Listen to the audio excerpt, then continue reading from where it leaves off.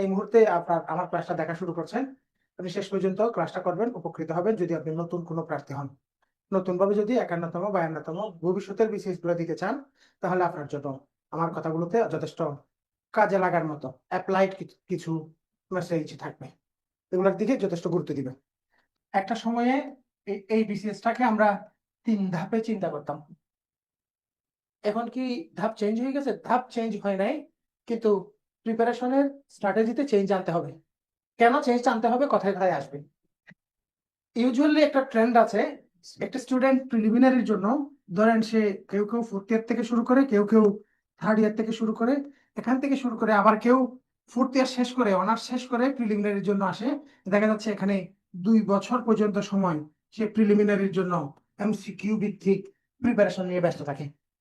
আমি আমাদের বিসিএস এর যে 50তম প্রিলিমিনারি গত মাসে হয়ে গেল, এই 50তমের জন্য আমরা একটা ফাইনাল টাচ বই বের করছিলাম, বিসিএস প্রিলিমিনারি ফাইনাল টাচ। যথেষ্ট পপুলারিটি পেয়েছে, আমরা অত এক্সপেক্ট করে নেই, কারণ এই একমাত্র বই যে বইটা 15 দিন হাতে রেখে আমরা বইটা বের করেছিলাম। এই বইটা মনে করেন সামনে 15 দিন বা শেষ 15 দিনে বই কেউ কিনবে না। তো 15 দিন হাতে থাকতে আমরা করেছিলাম, আমরা বলেছিলাম 20 দিনের মধ্যে এই বইটা শেষ করা যাবে। এই জন্য আমরা টার্গেট করেছিলাম 500 কপি বই আমরা বাজারে দিব। এবং বইটা চিন্তাও আসছে আমার, আমি ঢাকায় একটা জায়গায় একটা কাজ করতেছিলাম, সাজেশন শেষ মুহূর্তে করণীয় এই কথাগুলো নিয়ে আমাদের একটা স্টুডেন্ট যে গতবারে পোস্টাল ক্যাডারে ফার্স্ট হয়েছে, সে আমাকে বলছে এরকম একটা কাজ কি করা দেওয়া যায় না, ছোট একটা বই যেখানে সবগুলো বিষয়ের কোর জায়গাগুলো রিভাইজ করা যায়, আপনি তো চাইলে পারেন। ওখান থেকে আমি ঢাকায় আবার গাড়িতে বসে বসে চিন্তা করলাম ওই 2 দিনের সিদ্ধান্তে। তো দেখা যাচ্ছে এই বই আমাদের 3বার প্রিন্ট করতে হয়েছে, এত চাহিদা। মানে আমরা মানে পুরো এক্সপেকটেশনের শুধু বাইরে না, অনেক বেশি বাইরে, কল্পনারও বাইরে। তো আমরা কথা দিয়েছিলাম এখান থেকে 5 মার্ক নিশ্চিত করার মতো কমন আসার কথা, ওখানেও আমাদের প্রত্যাশাকে ছাপিয়ে গেছে। মানে পাশ করার জন্য যদি গত পরীক্ষায় 100 নাম্বার লাগে, আমাদের ওখানে 120-এর বেশি কমন চলে আসছে। তো আমরা যেটা করেছি ওটা হচ্ছে সিলেবাসের প্রতিটা টপিককে নিশ্চিত করে কম কথায় জিনিসগুলো তুলে ধরা। তো এরকম করলে যে কেউ করলেই কমন আসবে, কারণ সিলেবাস ধরে করা হয়েছে কাজটা।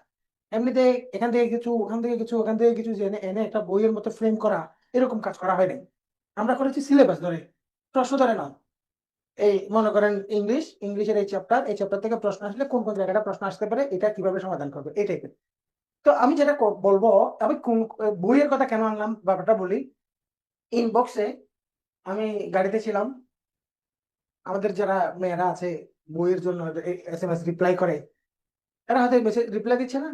একটা ছেলে বলছে বইটা দিকে এমসিকিউ আছে। মানে আমি বাজারের এবং স্টুডেন্টদের সেন্টিমেন্ট বুঝাচ্ছি, তো আমি তো কিছু বলছি না। তো একটা মেয়ে রিপ্লাই দিছে না, বলে তাহলে বই লাগবে না।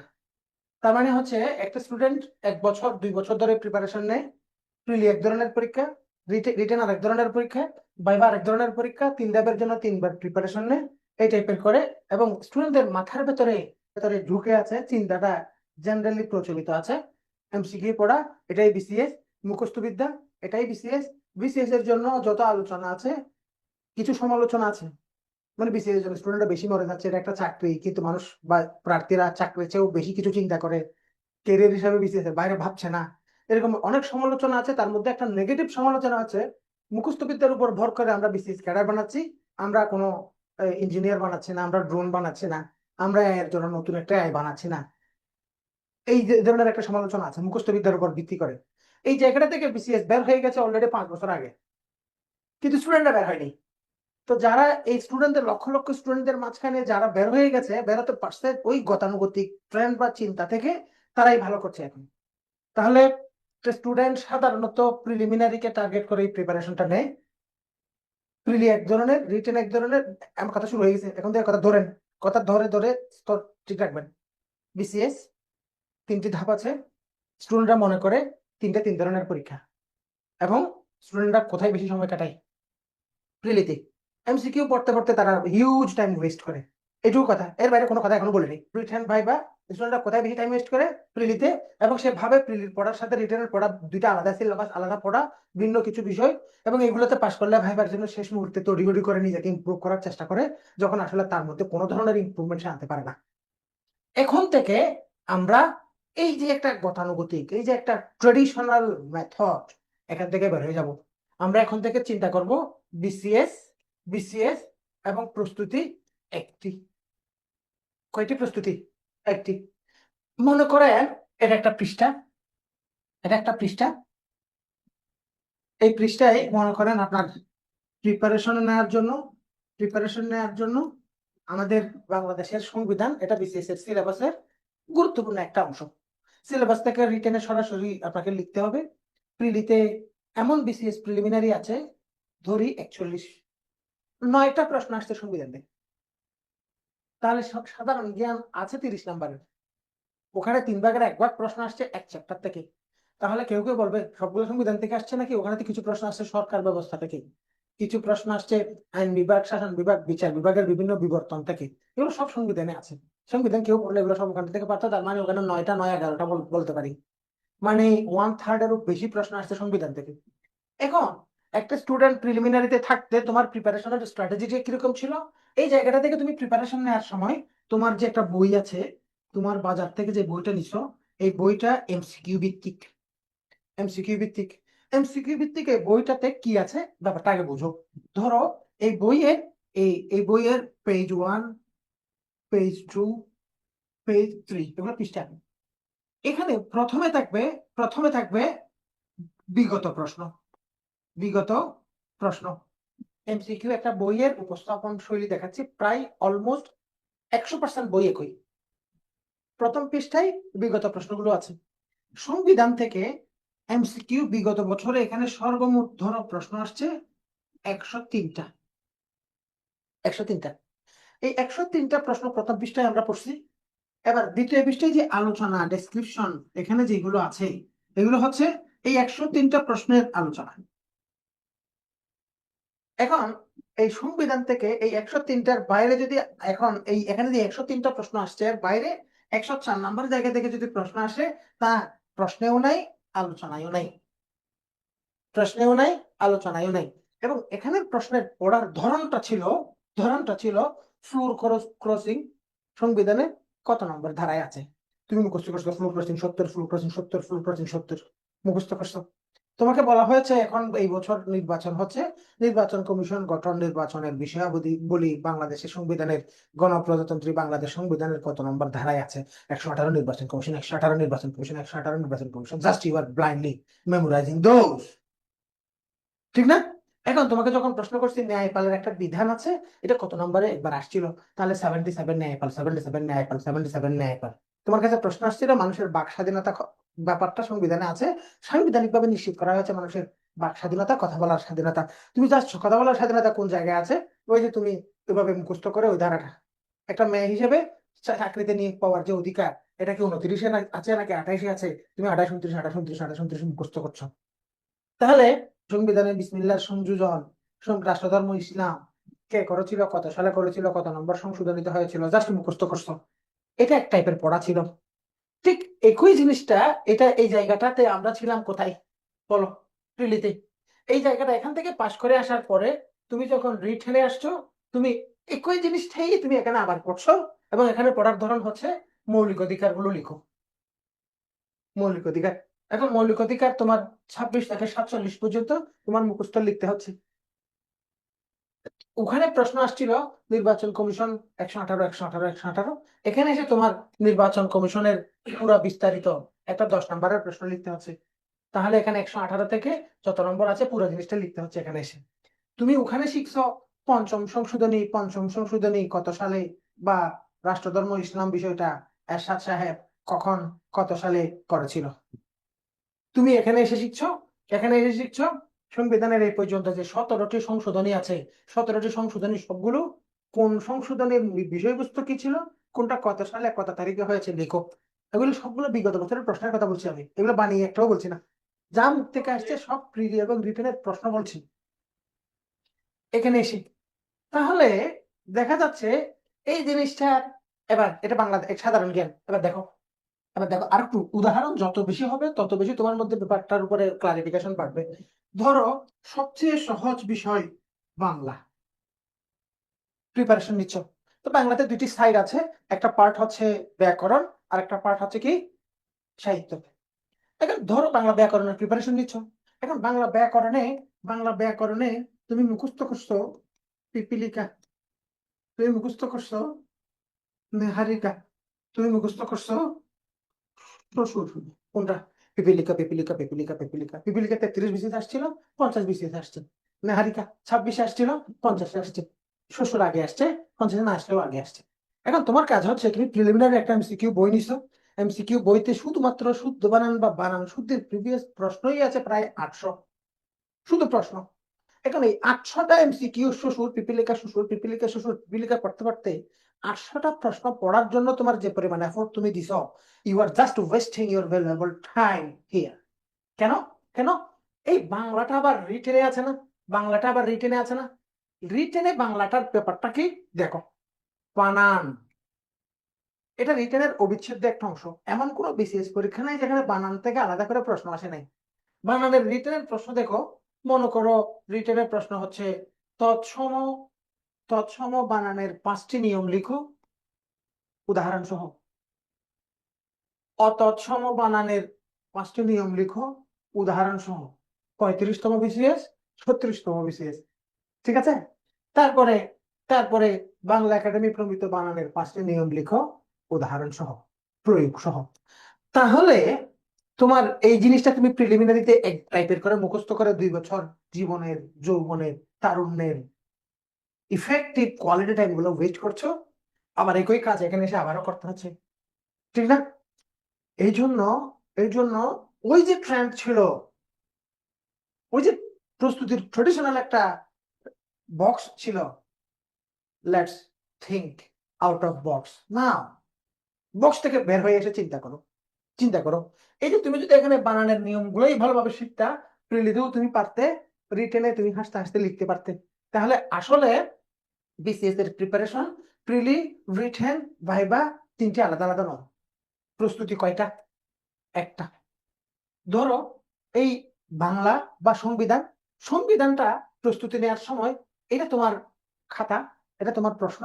তুমি মনে মনে এখন থেকে ভাববা, এখানে আমার এই যে সংবিধানের এই চ্যাপ্টারটা আমি পড়ছি, এখান থেকে আমি 3 ধাপের জন্য প্রিপারেশনটা নিচ্ছি। কয় ধাপের জন্য? 3 ধাপের জন্য। এখানে আমার জন্য প্রশ্ন 1 থেকে 10 পর্যন্ত আমার জন্য এমসিকিউ থাকবে। প্রশ্ন 11 থেকে 20 পর্যন্ত আমার জন্য লিখিত থাকবে।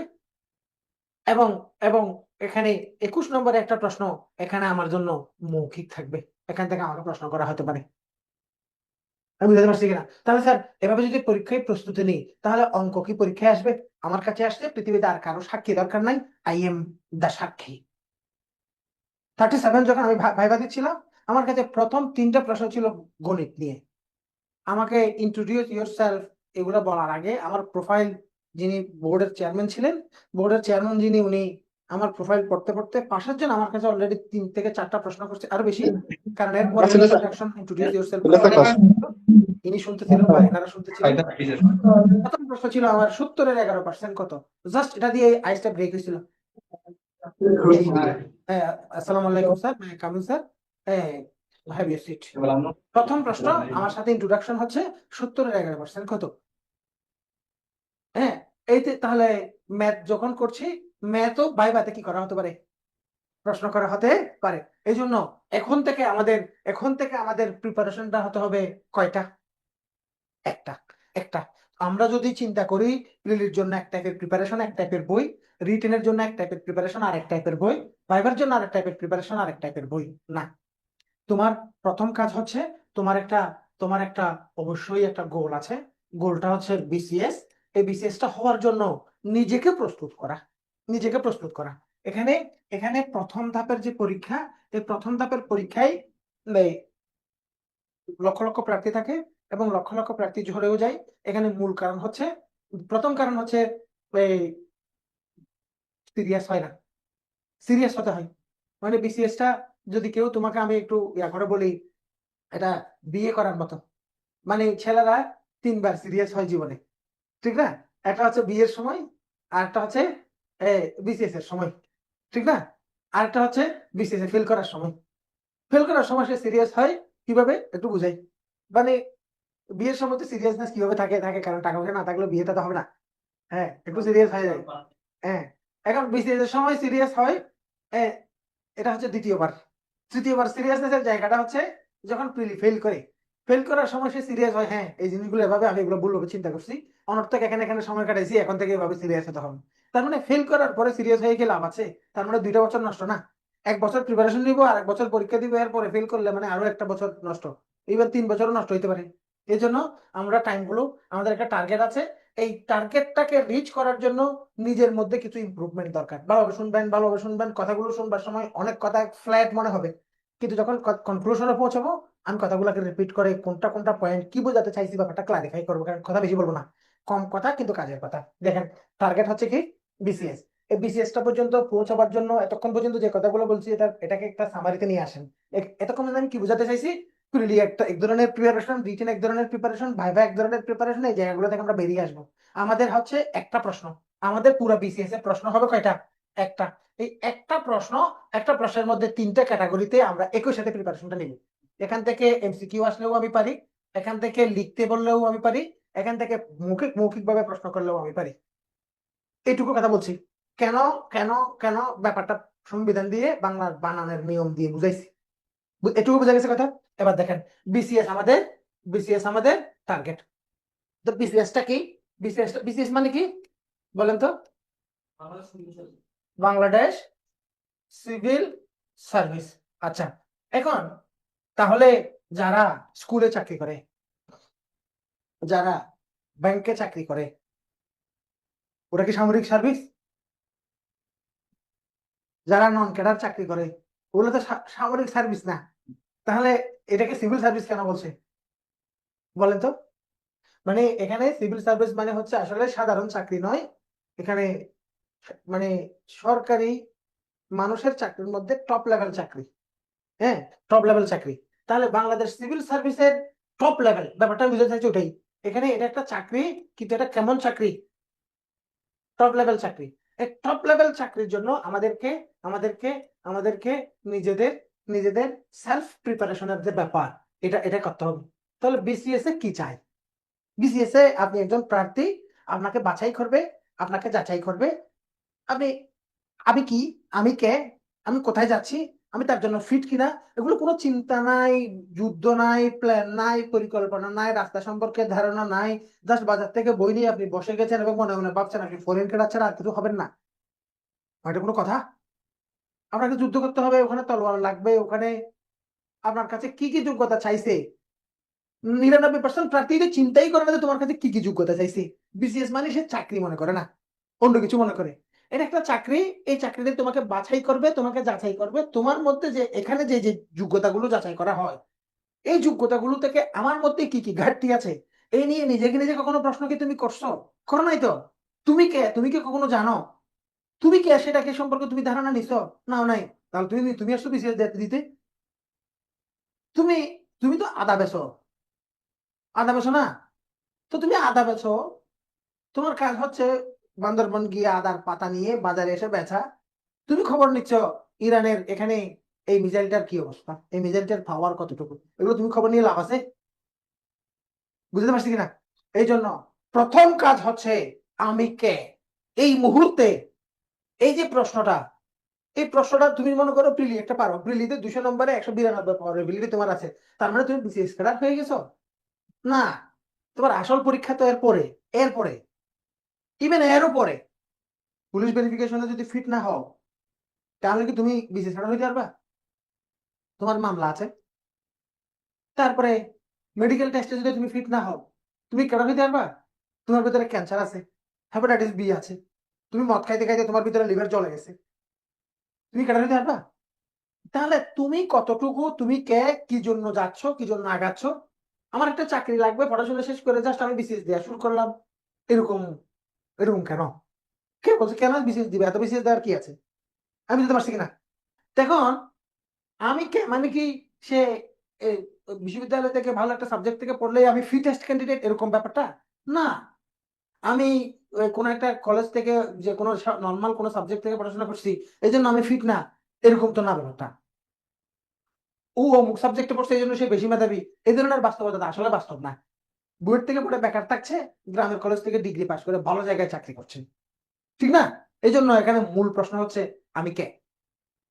এই মুহূর্তে আমি কোন জায়গায় আছি, কিন্তু এর মানে এই নয় যে আমাকে আমার দ্বারা বিসিএস দেওয়া সম্ভব না, আমি বিসিএস এ টিকবো না, আমি বিসিএস আমার পক্ষে হবে না, এরকম কিছু না। প্রথম কথা হচ্ছে আমার নিজের নিজের যে প্রস্তুতি, আমরা নিজের প্রস্তুতি নিই না, আমরা প্রস্তুতি নিই পরীক্ষার। এর প্রস্তুতি নিতে হবে নিজে। তুমি পরীক্ষার প্রস্তুতি কেন নিচ্ছ? পরীক্ষা কি, পরীক্ষা যেমনই আসুক তেমনই খেলতে খেলতে গুতা মারতে মারতে চলে যাবো, এরকম। তো তুমি পরীক্ষার জন্য কেন প্রিপারেশন নিচ্ছ? তুমি তোমার জন্য প্রিপারেশন নাও, নিজেকে ইমপ্রুভ করো, ইমপ্রুভ ইয়োরসেলফ। এবং যুদ্ধ যদি তলোয়ার দিয়ে হয়, তলোয়ার নিয়ে প্র্যাকটিস করো। যুদ্ধ হবে তলোয়ার দিয়ে, তুমি বন্দুক নিয়ে যতই প্র্যাকটিস করো, তোমার তো বন্দুকই দেওয়া হবে না, এবার তুমি ওখানে গিয়ে গুতা খাও। ব্যাপারটা এখানে না। তাহলে পরে তাহলে পরে যে ধরনের ফাইট করতে যাচ্ছি, ফাইটের ক্যারেক্টারিস্টিক্স, ফাইটের ধরন বুঝে নিজের মধ্যে যে গ্যাপ গুলো আছে, গ্যাপ গুলো কভার করার নাম প্রিপারেশন। এটাই সেলফ প্রিপারেশন। তাহলে বিসিএস এ কি চাই, কি চাই? তাহলে যদি প্র্যাকটিক্যাল সেন্সে বলি, এই বিসিএস টাতে চাই কি, প্রথমে প্রথমে বাছাই। তো বাছাইতে কি চাই জানেন? বাছাইতে আসলে কিছু চাই না, এটা কোনো যোগ্যতাই মাপা হয় না। এটার বাছাইয়ের কাজই হচ্ছে আপনাকে বাদ দেওয়া। এখানে আপনি কতটুকু যোগ্য, কতটুকু মেধাবী, কোন জায়গা থেকে আসছেন, কত নাম্বার পাচ্ছেন, কোথার কসম, এগুলো বাস্তবতা না। এখানে ওদের টার্গেটই থাকে লাইন ছোট করা। 4 লাখের লাইন ধরছো, 10,000-এ নিয়ে আসা। তাহলে এটা কি আপনাকে নাম্বার পাওয়ার জন্য পরীক্ষা, নাকি আপনাকে লাইনে টিকে থাকার পরীক্ষা? টিকে থাকার পরীক্ষা। আপনাকে বাদ দিবে। তাহলে বাদ দেওয়া থেকে নিজেকে বাছাই মানে করার জন্য। তো বেশিরভাগ স্টুডেন্ট ফেল করে কি জন্য জানেন? অলমোস্ট অলমোস্ট মনে করেন এখানে এখানে পরীক্ষার্থী ধরেন কত লক্ষ, 3 লাখ। 3 লাখ, 3 লাখের মধ্যে সিরিয়াস প্রার্থী ছিল, বর্তমান সময়ে কিন্তু সিরিয়াস প্রার্থী প্রায় 1 লাখ থাকবে। আজকে থেকে 10 বছর আগে সিরিয়াস প্রার্থী ছিল 50,000, 40,000, কিন্তু এখন 1 লাখ আছে। এটা কোচিং এ কতগুলো কোচিং সেন্টার আছে, এই কতগুলো বিভিন্ন জেলা সদরে বিভাগের ইয়াগুলাতে কত কি পরিমাণে স্টুডেন্ট পড়ছে, তার কারণ মানে হিসাব করলেই দেখা যায় কমপক্ষে 1 লাখ স্টুডেন্ট সিরিয়াস আছে। এই 1 লাখ স্টুডেন্ট থেকে 90,000 স্টুডেন্ট ফেল করে না, বাকি 10,000 স্টুডেন্ট থেকে। এই 90,000-এর মধ্যে 90,000 স্টুডেন্টই ফেল করে লোভে বলেন না কিসে? কারণ সে প্রিলিকে ভাবছে কি জানেন, নাম্বার পাওয়ার পরীক্ষা। ফেললি, প্রিলি নাম্বার পাওয়ার পরীক্ষা না, প্রিলি টিকে থাকার পরীক্ষা। আপনাকে বলে নাই 200 নম্বরে 199 পাইলে, 200 নম্বরে 190 পাইলে, বেশি নাম্বার পেলে আপনাকে চাকরি দিবে? কেউ বলছে? কোনো ক্রেডিট আছে? কিন্তু পাশ করার জন্য যদি 100 নম্বরে যদি পাশ করেন, তাহলে 100 পাওয়াটাই আপনার চ্যালেঞ্জ। তো ফেল করে কেন? সে আসলে 111টা শুদ্ধ করছিল, কিন্তু সে নাম্বার পাওয়ার যে চিন্তা, পরীক্ষাটাকে সে নাম্বার পাওয়ার পরীক্ষা মনে করছে, সে আসলে এটাকে বাদ বাদ দেওয়ার পরীক্ষা মনেই করে নাই। এই জন্য সে 111টা শুদ্ধ করার পরেও সে আরো নাম্বার পাওয়ার জন্য আরো দেখাইছে, সে নাম্বার পাচ্ছে 98, 2 নম্বরের জন্য ফেল। এরকম প্রার্থীর সংখ্যাই পৃথিবীতে, বাংলাদেশে সবচেয়ে বেশি। যারা পরীক্ষা দিয়েছে না, যারা 2-3 বার ফেল করছে, এই কথাটা শোনার পর তার ভেতর থেকে নাড়া দিয়ে উঠবে। এত বাস্তব কথাটা কেউ বলে নাই কেন? কথা বলছে, নারী বুড়ি ভেতর থেকে। কারণ সে পরীক্ষাটাকে কি পরীক্ষা ভাবছে? নাম্বারের পরীক্ষা বলেন না, কিসের পরীক্ষা? নাম্বারের খেলায় মাতবেন না। Rule number, mobile number, serial number, এখানে নাম্বারের যুগ। এই কিন্তু প্রিলিটাকে আমি নাম্বারের সংখ্যায় চিন্তা করবো না। স্মার্ট থাকবো, পড়াশোনা করব রিটেন এবং ভাইবার জন্য। প্রিলিটা ঠান্ডা মাথায় খুন করে দিয়ে আসবো, যা পারি তা দেখাবো, কোনো লুপ করব না। আমার পরীক্ষা প্রশ্ন যদি আপনি দেখেন একটানা দাগাতে দাগাতে, এই যে 1 বছর সময় প্রিপারেশন নিব, একটানা দাগাতে দাগাতে আপনি যদি এক নাগারেই 110-এ পৌঁছে যান, প্রশ্ন সহজ হয়েছে। 110-এ পৌঁছে গেছেন, প্রশ্ন সহজ। কারণ এই 110টা কিন্তু আপনি নিশ্চিত না হয়ে দাগান নাই, তার মানে আরো 10 নম্বর দাগানো দরকার, কিন্তু আর 30 নম্বর দাগাতে যাবো না, ঠিক না? কিন্তু দেখা যাচ্ছে এক নাগারে দাগাতে দাগাতে আপনি 90, 95, 100 ক্রস করতে পারেন নাই, প্রশ্ন কঠিন হয়েছে। তাহলে একটু খুব ঠান্ডা মাথায় একেবারে শেষ পর্যন্ত দাগাতে না থেকে, যেটুকু সময় আছে এইটুকু সময়কে এমন ঠান্ডা মাথায় দাগান, এমন ভাবে সঠিক অপশন গুলোর মধ্যে ডিস্টিংগুইশ করার চেষ্টা করেন, রিকগনাইজ করার চেষ্টা করেন, যেন আপনি জাস্ট 100 ক্রস করে বা আর 10টা নাম্বার বাড়ানোর মধ্যে বিসমিল্লাহ করে সময় আছে রেখে দিয়ে চলে আসেন, আপনি পাস করবেন। তাহলে বলেন, এখন থেকে আমার কথা যারা শুনছেন, প্রিলিমিনারি কে কি পরীক্ষা ভাববো? না। যদি পরীক্ষা ভাবতাম আমি তাহলে বেশি স্কোর করার চিন্তা করতাম। যদি পরীক্ষা ভাবতাম তাহলে 80 পাওয়ার, A+ পাওয়ার চিন্তা করতাম। আমরা এটাকে পরীক্ষা ভাববো না, পরীক্ষা ভাববো না। আমরা এখানে প্রতিযোগিতায় টিকে থাকার জায়গায় আসবো। এখানে অর্ধেক প্রশ্ন আসতেছে ইদানিং তবে আপনাকে বাদ দেওয়ার জন্য কতগুলো ট্রিক, এই ট্রিক গুলোতে আমরা হেরে যাচ্ছি কেন? উদ্বিগ্ন হওয়ার কারণে। এই যে 50 পরীক্ষাটা হয়েছে, এই পরীক্ষাটা যদি বিসিএস পরীক্ষা না হয়ে এটা যদি প্রাইমারি পরীক্ষা হতো, এটা যদি একটা সাধারণ পরীক্ষা হতো, স্টুডেন্ট দেখেন 130 পাইতো। বিসিএস পরীক্ষা বলে প্রতিযোগিতায় ব্যাপারটা সিরিয়াস বলে স্টুডেন্টরা হাইপার হওয়ার কারণে সে পারে নাই। বিসিএস এবং কঠিন কম্পিটিশনে ঝামেলা এরকম মনে করার কারণে সে পারে নাই। যদি সে ব্যাপারটাকে লাইটলি ইজিলি নিত, ফ্রেন্ডলি ইজিলি চিন্তা করতো, পারতো। কারণ এখানে এমন কমপক্ষে 30টা প্রশ্ন আসে যেগুলো কোনো বই পড়ার দরকার নেই। এমনিতেই আপনার অনার্স পাস একজন স্টুডেন্ট, ডিগ্রি মানে পড়াশোনা শেষ করা একজন স্টুডেন্ট, তার কমন সেন্স দিয়ে এই প্রশ্নগুলো কোনো ধরনের পড়াশোনা ছাড়াই সে পারার কথা। সাধারণ জ্ঞানের কিছু অর্থনীতি বিষয়ক প্রশ্ন আসছে যেগুলো অ্যাপ্লাইড, ঠিক আছে। বাংলার সাহিত্যের মধ্যেও কিছু জিনিস আছে যেগুলো চলতে ফিরতেই আমরা সেন্স থেকে আনসার করতে পারি। ইংরেজিতেও প্রশ্নগুলো আসছে, এগুলো সহজ, বুঝতে পারছি কিনা? সুতরাং আমরা এখন থেকে প্রিলিমিনারিকে চিন্তা করবো কি হিসাবে? পাশ করা। এটা পাশ করা, বাদ দেওয়া থেকে নিজেকে রক্ষা করবো। তাহলে বিসিএস এ কি চাই তা নিয়ে কথা হচ্ছিল, সেলফ প্রিপারেশন। বিসিএস যেহেতু সর্বোচ্চ শ্রেণীর একটা পরীক্ষা, এখানে নিজেকে নিজের যে সমস্ত গ্যাপ গুলো আছে, তাহলে এখানে দেখেন, এখানে বিষয়গুলো ভালোভাবে শুনবেন কথাটা কিন্তু মূল কথা, ভালোভাবে শুনবেন।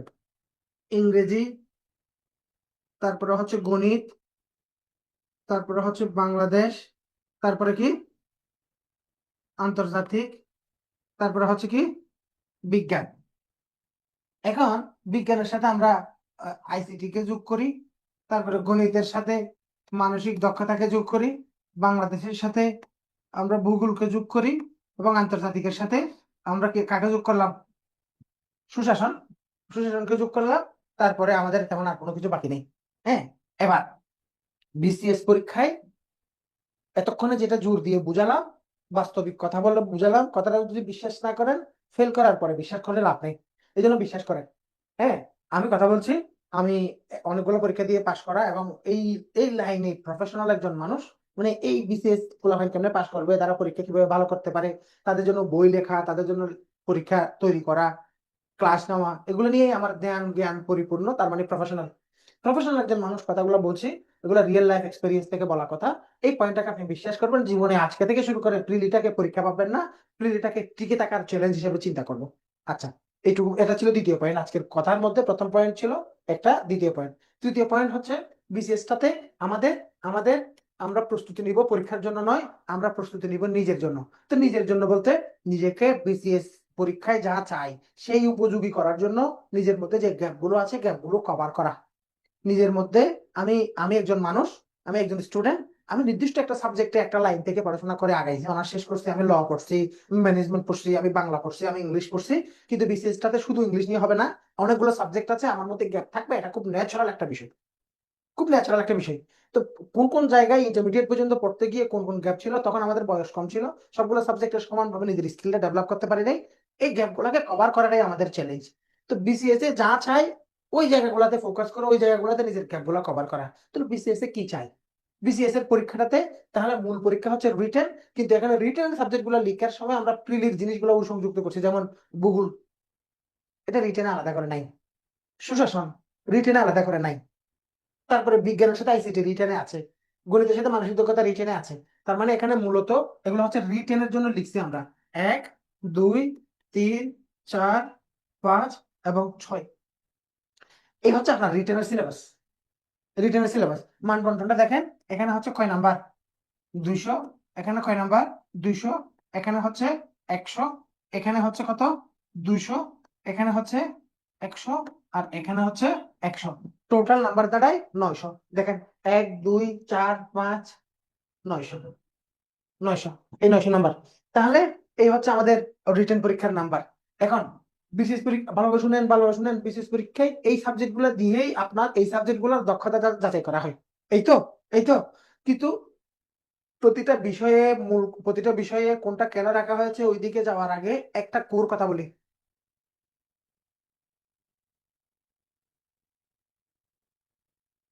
কোর কথা, কোর কথা কি জানেন? বিসিএস পরীক্ষাটা ড্রোন আবিষ্কারের পরীক্ষা না। বিসিএস পরীক্ষায় আপনাকে ইনোভেটর, ডিসকভারার, সায়েন্টিস্ট, রিসার্চার হিসেবে চাচ্ছে না, বিসিএস চাচ্ছে চাকর। বলেন না কি চাচ্ছে? রিসার্চার, সে বিশ্ববিদ্যালয়ের শিক্ষক, অথবা এখানে বিসিএস এডুকেশন ক্যাডারে ঢুকে সে রিসার্চ করবে। কিন্তু বিসিএস পরীক্ষার যে মেইন জায়গা, এটাতে আপনাকে চাচ্ছে না আমি বিশাল একজন গবেষক, আপনি একজন বিজ্ঞানী, এরকম চাচ্ছে না। তাহলে এটাতে কি চাই? এটাতে চাই আপনার সবচেয়ে বড় যে জিনিসটা চাই সেটা হচ্ছে আপনার ভাষার দক্ষতা। অনেক কথাটাকে নিস্তেজ ভাবে উচ্চারণ করছি, কিন্তু কথাটার জন্য সবচেয়ে কঠিন শব্দটা ব্যবহার করছি।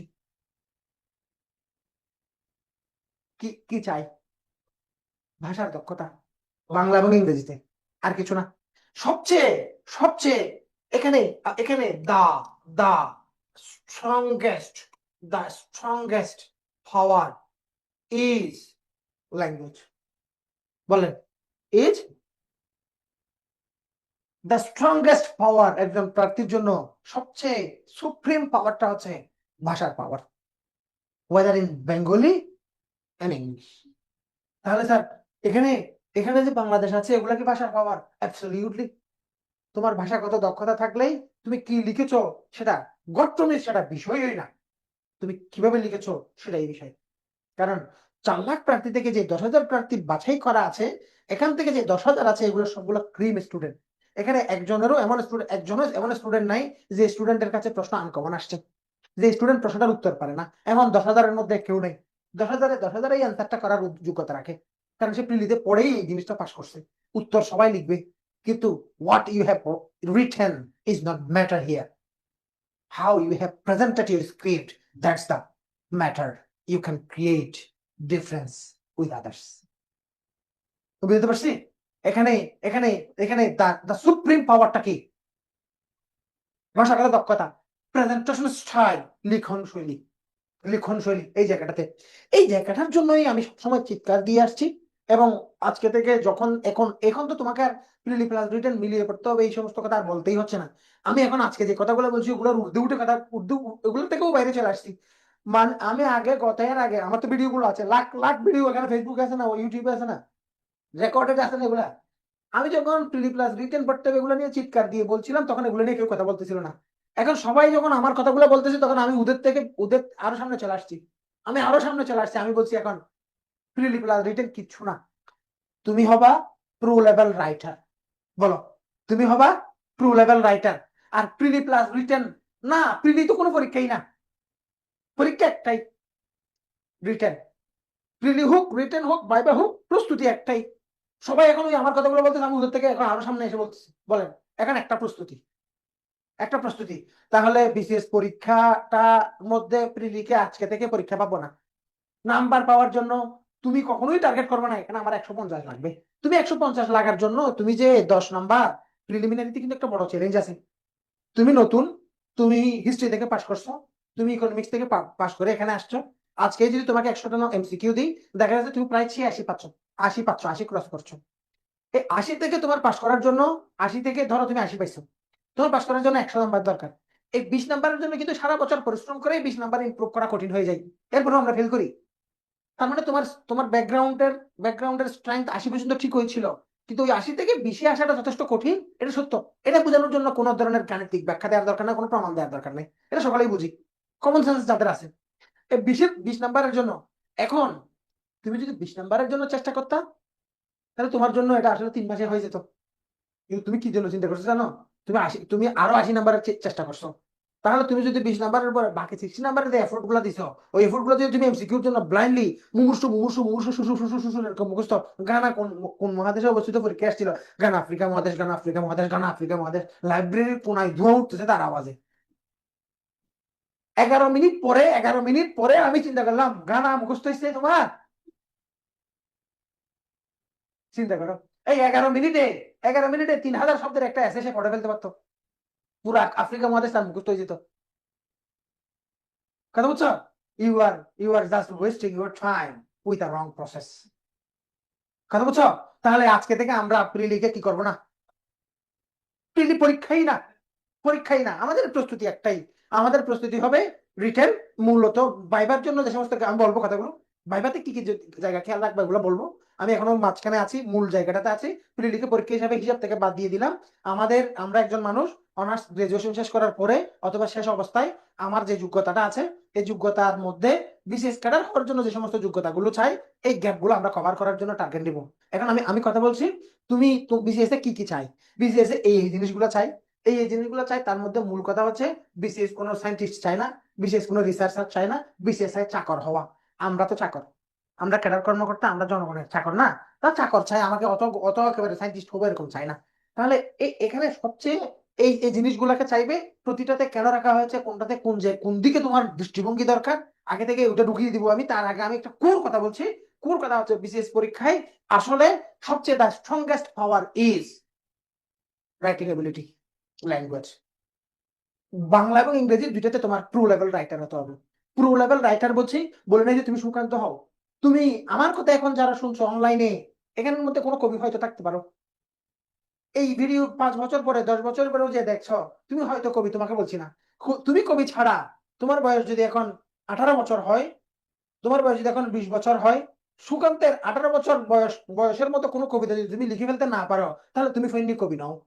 তাহলে তোমার জন্য কথাগুলো, তোমার বয়স 20 বছরে যদি তোমার কবিতার বই বের না হয়, তাহলে তোমার জন্য কথাগুলো। কারণ যদি কবি হয়ে এতদিনে প্রমাণ করতা, তাহলে তুমি তো হয়ে যেতা। কারণ 18 বছর তোমার যে, তুমি অনার্স পাস করে আমার কথাটা শুনছো, অনার্সে পড়া অবস্থায় আমার আমার কথাটা শুনছো, ওই অবস্থায় নজরুল বলো, রবীন্দ্রনাথ বলো, সুকান্ত বলো, তারা কবি হিসেবে প্রতিষ্ঠিত। জসীমউদ্দিনের কবর কবিতা যখন ক্লাস 10-এর সিলেবাসে আসছে, তখন জসীমউদ্দিন নিজে পড়তো অনার্সে, ডিগ্রিতে, ডিগ্রিতে নিজে স্টুডেন্ট ছিল। তার মানে কবি হওয়ার জন্য বুড়া হওয়া লাগে না। আর তুমি বুড়া, তুমি আমার কথা শুনছো, তুমি কবি নও, তোমার জন্য, তোমাকে আমি বলি নাই কবি হও, কারণ তুমি কবি হতে পারবে না। যদি হইতে একজন হয়ে যেতা, ঠিক না? এই জন্য কবি হওয়ার মতো লেখা তোমার পক্ষে সম্ভব না তো। আর পৃথিবীতে এই কথাটা কেন বলছি জানো? তুমি যেহেতু কবি হও নাই, এবং তুমি এইটুকু স্বীকার করতে বাধ্য, কবি হওয়াটা সহজ না। কোনো বিশ্ববিদ্যালয় থেকে পড়ে কেউ কবি হতে পারে না। এই কথা থেকে এটাও প্রমাণিত, ট্রু লেভেল রাইটার হওয়াটাও অত সহজ না। এটা চ্যালেঞ্জ আছে, এটা চ্যালেঞ্জ আছে। তাহলে আর বিসিএস এর ঠিক ওই জায়গাটা চাই, ঠিক ওই জায়গাটাই চাই। যেহেতু এখানে 10,000 প্রার্থী যারা পরীক্ষা দিবে, সবাই উত্তর করার, ফুল আনসার করার যোগ্যতা রাখে। তোমার খাতাটার মধ্যে ইউনিকনেসটা তোমার লিখনিতেই আনতে হবে। এই 10,000-এর মধ্যে 2,000 ক্যাডার হবে, 10,000-এর মধ্যে 4,000 পাস করবে, বাকি 6,000 ফেল করবে না। যারা ফেল করছে তারাও তো লিখছে, লিখে নাই এমন কেউ কাউকে পাওয়া যাবে না। তো ফেল কোথায় করে, এগুলো নিয়ে কথা আসবো। তাহলে আমার কোর কথা হচ্ছে, মূল পয়েন্ট হচ্ছে, আমাদেরকে লেখক হিসেবে হতে হবে ট্রু লেভেল। কম কথায় একটা কথা মনে রাখবা, ভালো একজন লেখক হওয়ার জন্য, মনোযোগ আছে, মন দিয়ে শুনতেছো? তুমি ওদিকে থাকছো না কেন? হ্যাঁ, ভালো, এই কথা, ভালো লেখার জন্য বেশি লেখা নয়। ধরো এখানে রচনা আসে 50 নম্বরের জন্য একটা, সিলেবাসে আছে 50 নম্বরের জন্য একটা রচনা লিখতে হবে, এভাবে আসে। এভাবে মনে করো 35 থেকে, আগে ওরকম সবসময় ছিল। কিন্তু গত কয়েকবার 25 নম্বর করে দুইটা রচনা, 50 নম্বর এরকম করে আসছে। বাংলাতে এখনো রচনা 40 নম্বর। এবং পিএসসির ওই যে জনপ্রশাসন সংস্কারের জন্য সংস্কার নিয়ে আলোচনা হচ্ছে না 24-এর পরে, জুলাইয়ের পরে, সংস্কারের জন্য যে প্রস্তাবনা আসছে, ওখানে রচনা লিখতে হবে একটা 100 নম্বরের জন্য, একটা 100 নম্বরের রচনা। তাহলে একটা 50 নম্বরের রচনা লিখবো মানে, অনেকেই যারা নতুন শুনছো কথাটা, তাদের কাছে হয়তো মনে হতে পারে তাহলে স্যার হিউজ লেখা লিখতে হবে। মিথ্যা কথা। ওখানে স্পেসিফিক করে দেওয়া থাকে উইদিন 1,000 ওয়ার্ডস, উইদিন 1,000, 1,000 শব্দ। তো 1,000 শব্দের মধ্যে, তাহলে পরে স্যার 1,000 শব্দ হলে মাত্র 10 পৃষ্ঠা লিখবো, 10 পৃষ্ঠা লিখে 50 নম্বর স্যাররা কেমনে দিবে? এরকম একটা ব্যাপার আছে না? মনে রাখবা, লেখা, ভালো লেখক হওয়ার জন্য কঠিন শব্দের দরকার নাই, কঠিন শব্দের দরকার নেই। তুমি তার জন্য ট্রেনে জায়গা রাখতা। পরীক্ষা যখন আসছে, টিউটোরিয়ালের ক্ষেত্রে স্যারে ওই ক্লাস সে করে নাই, কোন কোন ক্লাস তুমি করছো ছবি তুলে তাকে হোয়াটসঅ্যাপে পাঠাচ্ছিলা। তারপরে সুযোগ পাইলে তাকে কোনো একটা ফেভার করো, তাকে চলনে বলনে ক্লাসের ডিপার্টমেন্টের বান্ধবী হওয়া সত্ত্বেও তার প্রতি একটা আলাদা সম্মান বোধ, আলাদা একটা দরদ দিয়ে তুমি কত আচরণ করছো। এরকম 2-2.5 বছর করার পরেও যতদিন পর্যন্ত তুমি তাকে আই লাভ ইউ বলো নাই, ততদিন পর্যন্ত সে বুঝলেও কখনো সে স্বীকার করবে না। এই কথাটা কি জন্য বলছি বলতো? কিছু কথা আছে, কথাগুলো easy but impressive, easy but conclusive. বলো easy but impressive, easy but conclusive. এবার কথাটাকে আরেকটু গোছাও। ইজি, এই কথা মুখস্থ রাখতে হবে, এই কথা তুমি খাতায় লিখবা না, এই কথা মাথায় লিখবা, এই কথা হৃদয়ে লিখবা, এই কথা তোমার ধ্যানে সবসময় থাকবে। Easy but impressive, short but conclusive. শেষ কথা তোমার ভালো লাগে ইজি, কথা বলছো কিনা? কম। তুমি সারা বছর 2.5 বছর ধরে রচনা যেগুলো লিখছো, এগুলা দিয়ে ধরে না কিচ্ছু বুঝে নাই। এগুলো সে বুঝলেও সে মানছে না। সে তখনই মানছে যখন তুমি আই লাভ ইউ বলছো। Easy but conclusive, short but conclusive, easy but impressive. Writer হওয়ার জন্য ওটা যেমন এই পুরা জায়গার মধ্যে সবচেয়ে বড় কথা যেমন কি হওয়া, স্ট্রংগেস্ট প্রো লেভেল রাইটার হওয়া, কি হওয়া প্রো লেভেল রাইটার হওয়া, প্রো লেভেল রাইটার হওয়া। এটা যেমন মূল কথা। এটার একটা সাপোর্টিভ পয়েন্ট হচ্ছে, কি easy but impressive, short but conclusive. এখন তুমি আমাকে প্রশ্ন করবা, এবার তোমরা নিজেরা ব্যাখ্যা দিবা। দেখো, হ্যাঁ, কি মুছে গেছে, হ্যাঁ, দেখো, কনক্লুসিভ বলি না, ইনফরমেটিভ বলছে। কনক্লুসিভ মানে শেষ সিল মেরে দিছি, যে কথার মধ্যে ফাইনাল কথাটা এসে যায়, যে কথার মধ্যে তোমার নিজস্ব অভিমত চলে আসে। বুঝতে পারছি কিনা? তাহলে ভালো লেখক হওয়ার জন্য কি কঠিন কঠিন শব্দের দরকার আছে? ভালো লেখক হওয়ার জন্য কি বেশি লেখার দরকার আছে? ভালো লেখক হওয়ার জন্য সহজ লিখবো, কিন্তু মন টানা লিখবো, কম লিখবো, মূল কথা লিখবো। কথা হচ্ছে কিনা? তাহলে বলো, তাহলে তাহলে তাহলে খুব খুব দরকারি কথা, খুব দরকারি কথা। আজকে থেকে এই কথা মানে খাতায় নয়, কোথায় থাকবে? হৃদয়ে, অন্তরে। ইজি, এই কথা আমি কারো থেকে আমি কোনো স্যার কোনো কথা কারো থেকে শুনে বলি নাই। এটা আমার সিদ্ধান্ত, আমার চিন্তা। ভালো লেখক হওয়ার জন্য বেশি লিখতে হয় না। দুর্বুদ্ধ দুর্বুদ্ধ এমবিগুয়াস শব্দ মানে ভালো লেখা, কঠিন কম ব্যবহার্য শব্দ মানে ভালো লেখক। এই সমস্ত চিন্তা থেকে বেরিয়ে আসো, পৃথিবীর কোনো ভালো বক্তা কোনো কঠিন শব্দ বলে না। Donald Trump, Barack Obama, Hillary Clinton, Bill Clinton, যারা ডক্টর মোহাম্মদ ইউনূস, যারা পৃথিবীতে যাদের বক্তব্য শুনবার জন্য অনেক বড় অনেক অনেক অনেক ডলার দিয়ে টাকা দিয়ে টিকিট কেটে বড় বড় মানুষরা বক্তব্য শুনে, ডক্টর ইউনূস সাহেব, বিল ক্লিন্টন সাহেব, কথা বলছো, বারাক ওবামা, এদের পুরো বক্তব্য তুমি কঠিন কোনো শব্দ পাবা না। কথা বলছো, মার্টিন লুথার কিং, এগুলো সব ইউটিউবে ভাষণ গুলো আছে। ইউনুসের ভাষণ তুমি খুঁজে বের করবা, বাংলাদেশি বলে ইংরেজি ভাষণ গুলো তুমি খুঁজো না আর কি। সে এবারে কত বড় বক্তা, এবারে বক্তব্য শোনার জন্য কত বড় বড় সিয়ানা মানুষ টাকা দিয়ে টিকিট কিনে বসে। এটা তুমি খবর রাখিও, ডক্টর মোহাম্মদ ইউনূস। কথা বলছো, সায়েন্টিস্টরা, ইকোনমিস্টরা, পৃথিবীর যারা জায়ানরা তার বক্তব্য শোনার জন্য টাকা দিয়ে টিকিট কেন ঢুকে। এদের বক্তব্যে অ্যামিজার ওয়াজের কথা বল বাবা, কত ইজি শব্দ পাবা, কঠিন কোনো শব্দ পাবা না। এটা দিয়ে প্রমাণিত হয় তুমি ফইননি। জিআর ভোকাবুলারি মুখস্থ করে করে তুমি মনে মনে ভাবছো কঠিন কঠিন শব্দ দিলে ভাষা সুন্দর হবে। কথা বুঝছো?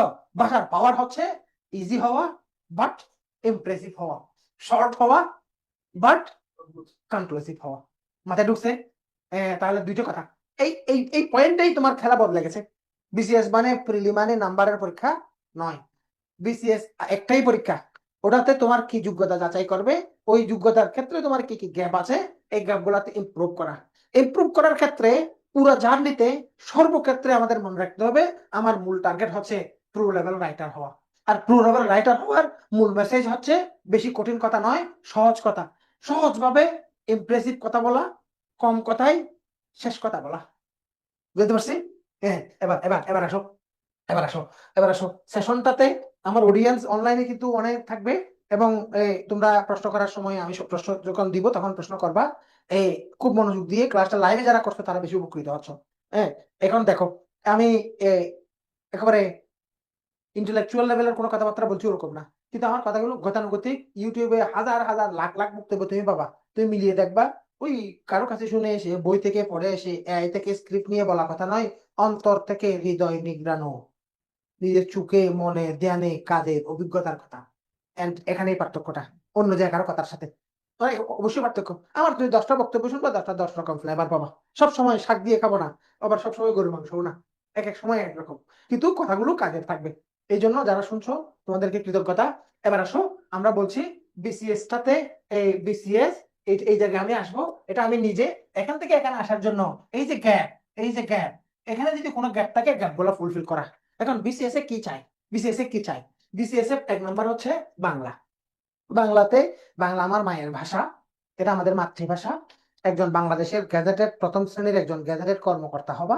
আমার নিজের মায়ের ভাষার উপর তোমার যদি দক্ষতা না থাকে, তাহলে তুমি আমার দেশের প্রতিনিধিত্ব করবা কিভাবে? এই জন্য এখানে তুমি মনে মনে চিন্তা করছো এটা একটা পরীক্ষা পাশের জন্য মুমূর্ষু বানান শিখে আমি এই একটা বৈতরণী পার করে এই চাকরি পেয়ে যাব, সারা জীবন গাড়ি বাড়ি দুর্নীতি করে টাকা পয়সা কামাই, বিসিএস কাডার হিসেবে ফ্ল্যাগ উড়াবো। ফৈন্নি যার চিন্তার মধ্যে এত দরিদ্রতা, তার এই জায়গায় আসার কোনো অধিকার নেই। মরে যাও তুমি, নুন খাও, নুন নুন নুন খেয়ে মরে যাও। তোমার চিন্তার মধ্যে আভিজাত্য আনতে হবে। জীবন যদি অভিজাত জীবন পেতে চাও, কিন্তু চিন্তার মধ্যে আছে ফৈন্নি, তাহলে কেমন হবে? অভিজাত ভাবে চিন্তা করো। তাহলে তুমি কেন ফৈন্নি জানো? কারণ তুমি ওই যে গাইডের কমন পাওয়ার জন্য নির্দিষ্ট কয়েকটা শব্দ মুখস্থ করাটাকেই তোমার জীবনের ইমপ্রুভমেন্ট ভাবছো। না, ওরকম অত তুমি চিন্তা করবা বাংলা এটা একটা আমার ভাষা, এই ভাষার মৌলিক কাঠামোগত বিষয়গুলোকে আমি জানার জন্য শিখবো। এবার whatever the question pattern I can answer, I know those, I have idea on those clearly। বুঝতে পারছি কিনা? তাহলে তাহলে তাহলে ঘটনা কি করবে জানো? কোনো কিছু তোমার চাপ মনে হবে না। কারণ তুমি, তোমার মধ্যে চিন্তাই আসছে এটা আমার মায়ের ভাষা হিসাবে বা দেশের একজন প্রথম শ্রেণীর কর্মকর্তা হিসাবে এর ভাষার মৌলিক কলকবজাগুলো, এই যে শব্দ গঠনের বিভিন্ন প্রক্রিয়া আছে, শব্দ বানাই, আমরা কথা বলি, বাংলা শব্দ বানানোর জন্য সমাসের মাধ্যমে শব্দ বানাই, সন্ধির মাধ্যমে শব্দ বানাই, উপসর্গ প্রত্যয় যোগ করে শব্দ বানাই, কারক বিভক্তিগুলো, শব্দের সাথে শব্দের অন্বয়গুলো কিভাবে ঘটে, এই জিনিসগুলো সম্পর্কে আমি একটু জেনে নিই। তাহলে তোমার কাছে no teacher is needed, no coaching is needed, no book is needed, you yourself is enough for that। তুমি যথেষ্ট, কসম কারোর দরকার নেই। কারণ তুমি ভেতর থেকে একটা চেতনা নিয়ে জিনিসটা করছো, ইজি হয়ে যাবে। তখন তোমার কাছে আর মনে হবে না সমাজ পড়ার সময় এই নিশি তিনি এটা আসবে, এটা আসবে, এটা তাকাই, কোনটা তাকাই দেন, কোনটা ইম্পর্টেন্ট, ইম্পর্টেন্ট কারা খুঁজে, ইম্পর্টেন্ট কারা খুঁজে, ইম্পর্টেন্ট কারা খুঁজে? যারা প্রি লিখে পরীক্ষা মনে করে। এখন আর তুমি ইম্পর্টেন্ট মনে খুঁজবা না, তোমার ইম্পর্টেন্ট কিছু দরকার নেই, তুমি ব্যাপারটাকে জানো ক্লিয়ারলি। বুঝতে পারছি কিনা? তাহলে এবং আমাদের দেশের, আমার দেশের যে সাহিত্য, তাহলে সবাই বলবে সাহিত্য কে কি লিখছিল ওগুলো আমার মুখস্থ করার দরকার। তুমি পড়াশোনা মানে আমার বাংলা ভাষার যে সাহিত্য এটা নিয়ে যে তোমার এক্সট্রা ভাবে পড়াশোনা দরকার ছিল, এটা তুমি করো নাই বলে তোমার ওগুলো মুখস্থ করতে হচ্ছে আর কি। তাহলে আর একটা মানুষের সব দিকে এরকম সমানভাবে বিচরণ সম্ভব না, অনেক ক্ষেত্রে মুখস্থ করা লাগতে পারে। তো মুখস্থ না করে আমরা জিনিসগুলো সম্পর্কে একটা আইডিয়া নিব। কথা বলতে পারছি? যেমন বাংলা ব্যাকরণের যেমন 30 নম্বরের প্রশ্ন ওখানে লিখতে হবে, ওই 30 নম্বরের লিখিত পরীক্ষার প্রিপারেশন এমন ভাবে নিবা যেন প্রিলিতে জিনিসগুলো ক্লিয়ারলি আসে যায়। যেমন বাংলাতে ধরো ব্যাকরণ, ব্যাকরণ বা ভাষা, এখানে লিখিত পরীক্ষায় কয় নাম্বারের ব্যাকরণ আসবে? 30 নম্বরের। আর প্রিলিতে কয় নাম্বারের ব্যাকরণ আসবে? 15 নম্বরের। কথা বুঝছো? আচ্ছা, তাহলে এই ব্যাকরণের ক্ষেত্রে এখানে মনে করো বানান এটা আসে, তাহলে প্রিলিতে বানান আসলে আমরা পারবো এমন ভাবে শিখবো। বানানের 5টা নিয়ম শিখতে যে পরিমাণ সময় যাবে, ওই যে 800 বিগত বছরের বানানের প্রশ্ন মুখস্থ করতে যে পরিমাণ সময় যাবে, তার 100 ভাগের 1 ভাগ সময় দিয়ে বানানের সবগুলো নিয়ম তুমি অনেকবার লিখতে পারবে না মুখস্থ। সুতরাং প্রস্তুতি হতে হবে কিসের? রিটেনের। ধরো এখানে এখানে শব্দ গঠন, শব্দ গঠন মনে করো, শব্দ গঠনের কয়টি প্রক্রিয়া আছে লিখো। এটা রিটেন পরীক্ষার প্রশ্ন, কিন্তু 35 প্রশ্ন। বাংলা শব্দ গঠনের কয়টি নিয়ম আছে? সমাসের মাধ্যমে, সন্ধির মাধ্যমে, বিভক্তির মাধ্যমে, উপসর্গের মাধ্যমে, এমন ভাবে শিখো। তাহলে সমাসের মাধ্যমে শব্দ গঠনের প্রক্রিয়াটাকে একটু বিস্তারিত ভাবে শিখলেই তো পরে রিটেনের প্রশ্নটা শিখলে এখানে সমাজ যেভাবে আসো তুমি অ্যান্সার করতে পারবা। বুঝতে পারছি কিনা? আচ্ছা, তারপরে হচ্ছে মনে করো এখানে ব্যাকরণ, আবার লিখিত পরীক্ষায় তোমার আছে কি সাহিত্য। এখানে ব্যাকরণ কয় নাম্বার? 30 নাম্বার। সাহিত্য কয় নাম্বার? 30 নাম্বার। এখানে কিন্তু এত সহজ আসছে না। তাহলে বাংলার মধ্যে আমাদেরকে এত বিশেষজ্ঞ বানিয়ে ফেলছে কেন? বিশেষজ্ঞ না, এক্সপার্টদের এক্সপার্ট হয়ে যেতে হবে। যেমন ধরো বিদ্রোহী কবিতা, বিদ্রোহী কবিতা, বিদ্রোহী কবিতার মধ্যে হাদি মারা গেছে না? দেখা যাচ্ছে হাদির মুখে বিদ্রোহী কবিতাটা কিভাবে বাইরে বাইরে গেছে। হ্যাঁ, হ্যাঁ, বিদ্রোহী কবিতায় ব্যবহৃত পৌরাণিক অনুষঙ্গগুলো ব্যাখ্যা করো। এখন তুমি ফাইনি হাতের মুখে 2 একটা লাইন টিকটকের মধ্যে 2 লাইন শোনা ছাড়া জীবনে এ, বিদ্রোহী কবিতা পড়োই নেই। এখন ওখানে তুমি বলবীর চির উন্নতম বশীর, হ্যাঁ। এখানে এই যে এ, পুরো কবিতার মধ্যে পৌরাণিক উপসঙ্গ, বাস্তবিক উপসঙ্গ কি আছে, পৌরাণিক উপসঙ্গ কি আছে, এটা নিয়ে তোমার যে 15 নম্বরের বিশাল একটা লম্বা লিখতে হচ্ছে, এটা কেমনে পারবা? বুঝতে পারছি কিনা? আবার যদি 5 নম্বরের জন্য লিখতে হয় তাও কঠিন। তাহলে এখানে একটু অ্যানালিটিক্যাল প্রশ্ন আসছে। এই জন্য যদি রিটেনের জন্য পড়ো, যেমন এখানে একটা এই সাহিত্য 30 নম্বরের বাইরে আরো 15 নম্বরের আছে, এটাও সাহিত্য। এটা হচ্ছে সাহিত্য, সাহিত্য সমালোচনা, সাহিত্য সমালোচনা।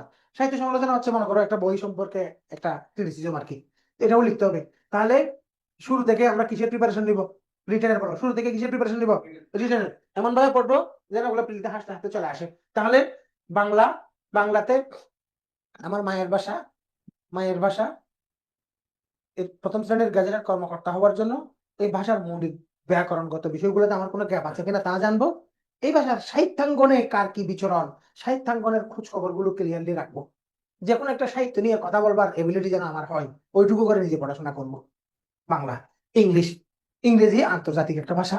তুমি যদি বর্তমান সময়ের একটা কৃষকের কাছেও ইংরেজিটা লাগে, মোবাইল ফোন ব্যবহার করে, ওয়াইফাই কানেক্ট করার সময় মোবাইল ফোনে বাংলা লেখা থাকে না, ঠিক না?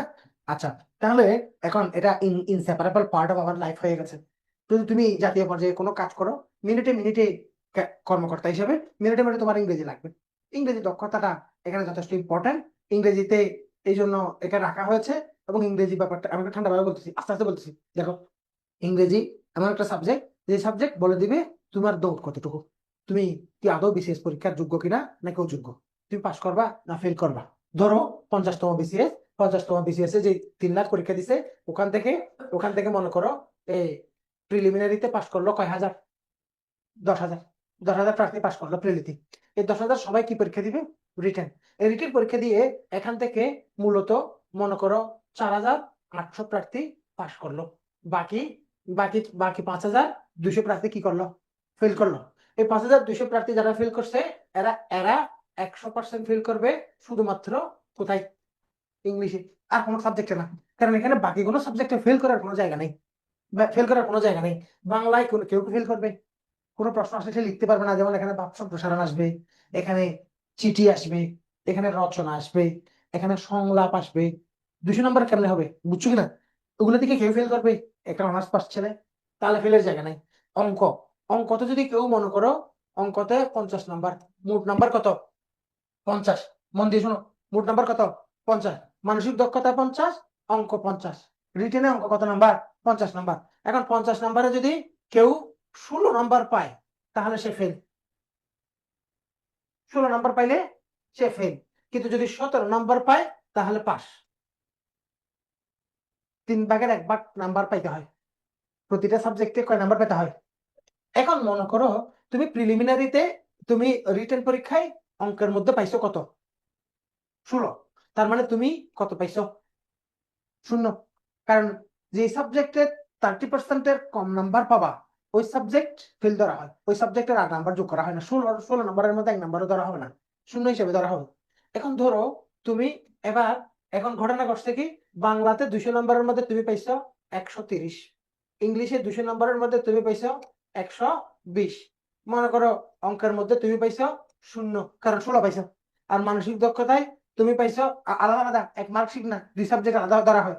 2 সাবজেক্ট মিলে 100 নম্বর, ওরকম না, আলাদা টাইমে আলাদা পরীক্ষা, আলাদা মার্কশিট, আলাদা নাম্বার। বুঝতে পারছি কিনা? তাহলে এখানে মনে করো তুমি পাইছো মানসিক দক্ষতায় তুমি 30 পাইছো।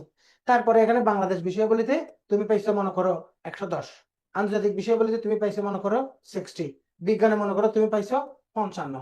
সব মিলিয়ে তোমার যত নাম্বার হয়, যা যোগ হয়, আমি একটা আনুমানিক নাম্বার দিচ্ছি। মনে করো তুমি এখানে নাম্বার পাইছো 460, জাস্ট ফর এক্সাম্পল 460। 450 পাইলে পাস। রিটেন পরীক্ষায় টোটাল নাম্বার হচ্ছে কত? 900। 900 নম্বরের মধ্যে পাস মার্ক হচ্ছে 50%, এবং 50% হচ্ছে 450। সব মিলিয়ে তুমি 460 পাইলা। কিন্তু এই 460-এর মধ্যে তুমি অঙ্কের মধ্যে কত পাইছিলা? 0। তাও 460 পাওয়া কি সম্ভব না? সম্ভব। তুমি ভাইবা দিবা, তোমার চাকরি হতে পারে। হম, হবে। মনে করো তুমি এখানে আন্তর্জাতিক বিষয়াবলীতে, তোমার কত নাম্বার? আন্তর্জাতিক বিষয়াবলীতে টোটাল নাম্বার কত? 100। 100 নম্বরের মধ্যে 3/1 নাম্বার হচ্ছে, মনে করো তুমি 30 পাইছো। 3 × 3 = 90, তার মানে তুমি 3/1 নাম্বার পাইছো। তার মানে তোমার নাম্বার হবে কত? 0। আর এখানে এখানে মনে করো 80 পাইছো, এরপরেও তুমি 450 পাইছো, তুমি পাস, তোমার চাকরি হবে। হ্যাঁ, তোমাকে ভাইভাতে ডাকা হবে, ভাইভা দিয়ে তুমি ভাইভাতে নাম্বার তুলে তুমি চাকরি পেতে পারো। এখন ঘটনা যদি এমন ঘটে, যদিও এখানে শূন্য পাইলে অনেক বেশি রিস্ক হয়ে যাবে, কারণ 100 নম্বরে শূন্য পাইলে রিস্ক হবে, 50 নম্বরে শূন্য পাওয়ার পরেও রিস্ক নেই। হ্যাঁ, এই জন্য আমরা এটাকে এখানে মনে করো 60 ধরলাম, আর এখানে মনে করো 55 ধরলাম, সব মিলিয়ে এখানে এটা এক্সাক্ট যুগ না, আমি জাস্ট একটা বড় কথার কথা। এখন ধরো তুমি এখানে যে শূন্য পাইছো, তুমি বলো তো কোনোভাবে এই মানুষটা 450 পৌঁছানো সম্ভব? কারণ 200 নাম্বার বাদ যাচ্ছে। বুঝতে পারছি। এই জন্য কোথায় ফেল করে, অন্য কোনো জায়গায় এরকম 30%-এর কম নাম্বারে এসে দাঁড়ানো, এটা ওইরকম প্রশ্ন হওয়ার সুযোগ নেই। যত প্রশ্ন কঠিন হোক, কিছু একটা লিখে দিয়ে আসলে তো ওইটুকু নাম্বারে পৌঁছাবে সে। বুঝতে পারছি।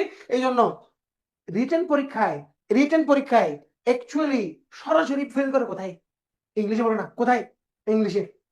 হ্যাঁ, তো এখন ইংলিশের ক্ষেত্রে স্টুডেন্টদের যে ভোগান্তিটা হচ্ছে সময় পায় না। প্রিলি পড়ার সময় এসে গ্রামার পড়ে, ভোকাবুলারি পড়ে, এসে করে রিটেনে গিয়ে, রিটেনের যে বিষয়টা, রিটেনে এখানে প্রথম 100 নম্বর হচ্ছে কি প্যাসেজ, আর দ্বিতীয় 100 নম্বর হচ্ছে ট্রান্সলেশন এবং এবং এসে। ট্রান্সলেশন 50, এসে 50, আর এখানে প্যাসেজ হচ্ছে 100। সবচেয়ে বড় সমস্যাটা হচ্ছে এখানে মনে করো তোমার রিটেন পরীক্ষার জন্য সময় থাকবে কয় মাস, 2 মাস। এই 2 মাসের মধ্যে এমন অনেক প্রার্থী তুমি দেখবা যে প্রার্থী এই 2 মাসে প্যাসেজের মধ্যে বিগত বছরের একটা প্রশ্ন পুরোপুরি প্যাসেজ পড়ে বাসায় বাসায় পুরো প্যাসেজটা লাইন বাই লাইন পড়ে, ওটা প্যাসেজের আওতায় যে সমস্ত প্রশ্ন আছে ওই প্রশ্নগুলো সলভ করার জন্য কাজ করা, এরকম একটা অনেক প্রার্থী আছে একবারও করে নেই। কারণ এটা খুব বিরক্তিকর একটা কাজ। 2500 শব্দের লম্বা একটা প্যাসেজ, কঠিন আরো শব্দ, অনেকগুলো কঠিন শব্দ থাকবে, এটা রিডিং পড়া, তার আওতায় প্রশ্নগুলো নিজে নিজে লিখে লিখে প্র্যাকটিস করা, এটা হয় না। এই জন্য ফেল করে। এবং বাজারে আছে কিছু গাইড, বাজারে আছে কিছু কি গাইড, গাইডে কি আছে, প্যাসেজ, বিগত বছরের প্যাসেজ গুলো আছে, সমাধান, প্রশ্নগুলোর সমাধান আছে, আর কিছু নমুনা প্রশ্ন আছে, আর কিছু রচনা আছে, শেষ। কথা বলছো। এইটার জন্য আমার একটা বড় কাজ হয়ে গেছে। এটা আজকে, আজকে এবার না, আজকে তো আসবে না, কালকে, আগামীকালকে একটা বই আসবে, বইটা নিবা, দা স্ক্রিপ্ট, বইটা। এই বই করার সময় প্রতি মিনিটে আমার মনের মধ্যে যে জিনিসটা কাজ করছিল ওটা হচ্ছে, এই কাজটা আমি কমার্শিয়াল আসপেক্ট থেকে করছি না, এই কাজটা মানুষের উপকারের জন্য করছি। প্রতিটা রন্ধ্রে রন্ধ্রে, ছত্রে ছত্রে আমার জন্য দোয়া আসবে। তুমি মুখ থেকে দোয়া করো না করো, তোমার হৃদয় আমার জন্য দোয়া করবে। কথা বলছো। এই যে প্যাসেজ, দেখো, এই দেখো প্যাসেজ, প্রথমে আসবে প্যাসেজ।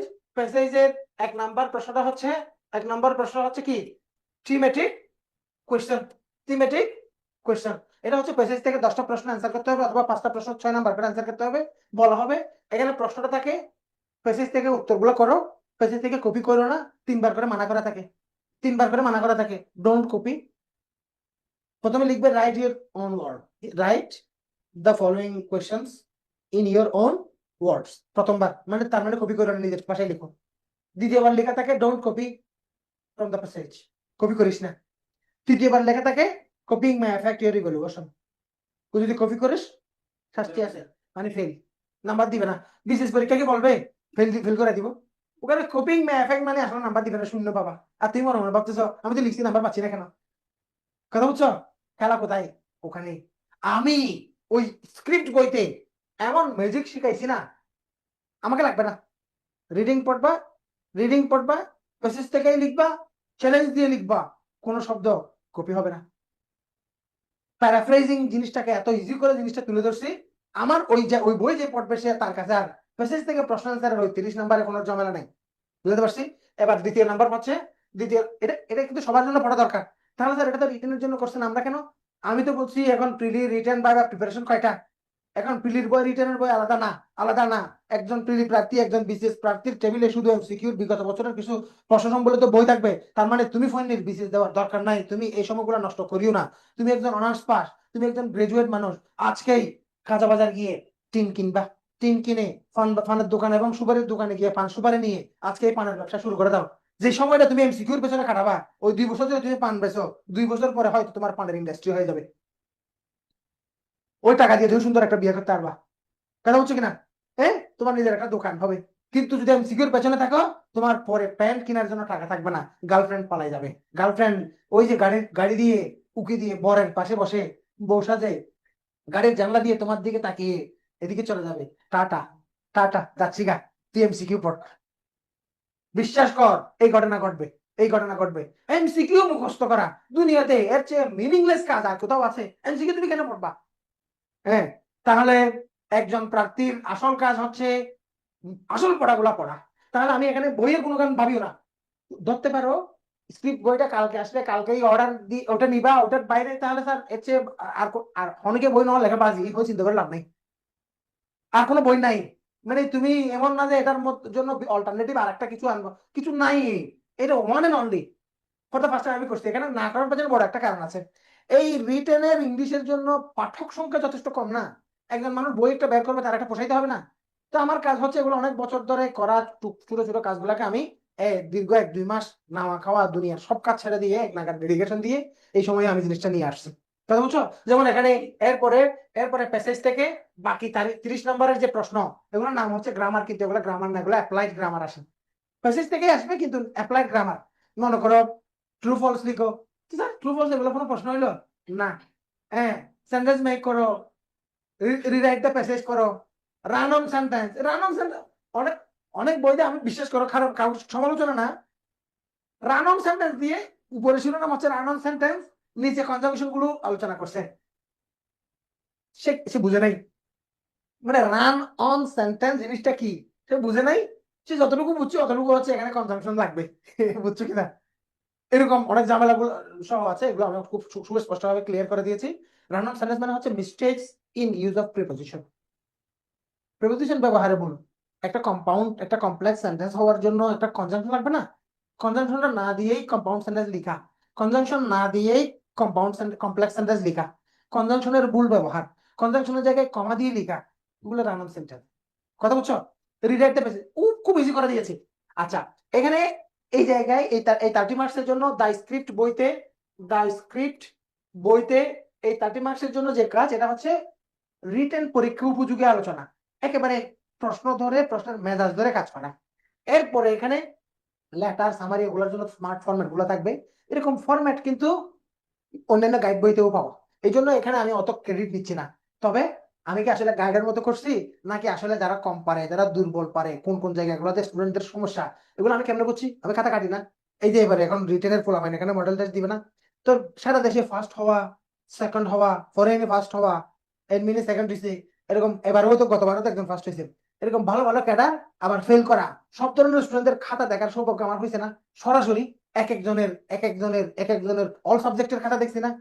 পিএসসি তে যারা খাতা দেখছে, যে ইংলিশের সে বাংলাটা তো দেখে নাই, যে বাংলা সে বাংলাদেশটা দেখে নাই, আর আমি সব সাবজেক্টের খাতা দেখছি।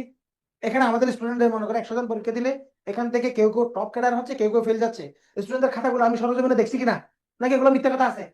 আমার কতগুলো ভিডিও আছে শুধু খাতা দেখে সাথে খাতাগুলো দেখাই দেখাই ভিডিও করছে, এরকম কত ভিডিও আছে। কথা বুঝছো কিনা? তাহলে স্টুডেন্টরা কোন কোন জায়গায় সমস্যাটা করে, তার অনেক যোগ্যতা, তার সেন্টেন্সের গাঁথুনিতে যথেষ্ট, আমি নিজেও অত সুন্দর স্মার্ট ইংলিশ লিখতে পারবো না, এবং সেটা রেজাল্টও ওরকম প্রমাণ করছে। আমি তো আমি তো কোচ হওয়ার জন্য মেসি হওয়ার দরকার নাই, মেসিরও কোচ আছে না, মেসিরও তো কোচ আছে, কিন্তু মেসির যে কোচ সে কি মেসির মতো মানে কোনো কিছু করছিল? কোচ হওয়ার জন্য তো মেসি হওয়া লাগে না, তা আমি কোচ ধরো, সে ফরেনে ফার্স্ট হয়েছে, কিন্তু আমি তো নিজে ফরেন ক্যাডার হই নাই, কিন্তু আমি কোচ হিসাবে আমার অভিজ্ঞতা আছে না। এই জন্য স্টুডেন্টদের ঘাটতিগুলো প্র্যাকটিক্যালি আমার দেখার অভিজ্ঞতা থেকে কোথায় কোন গিরাটা খুলে দিলে স্টুডেন্টদের জন্য ইজি হবে, এই কাজটা আমি করছি। বুঝতে পারছি? সবচেয়ে ট্রাক্টের জায়গাটা হচ্ছে এই পর্বে, এগুলোতে তো আসেই, এগুলোতে তো একেবারে পুরা মায়ের দুধের মতো উপকার করলাম। এখানেও ট্রান্সলেশনের জন্য পুরো একটা আলাদা বই চিন্তা করতে পারো। ট্রান্সলেশন এমন ভাবে জিনিসটা শিখাইছি, তোমার আর প্লিজ গ্রামার পড়া লাগবে না।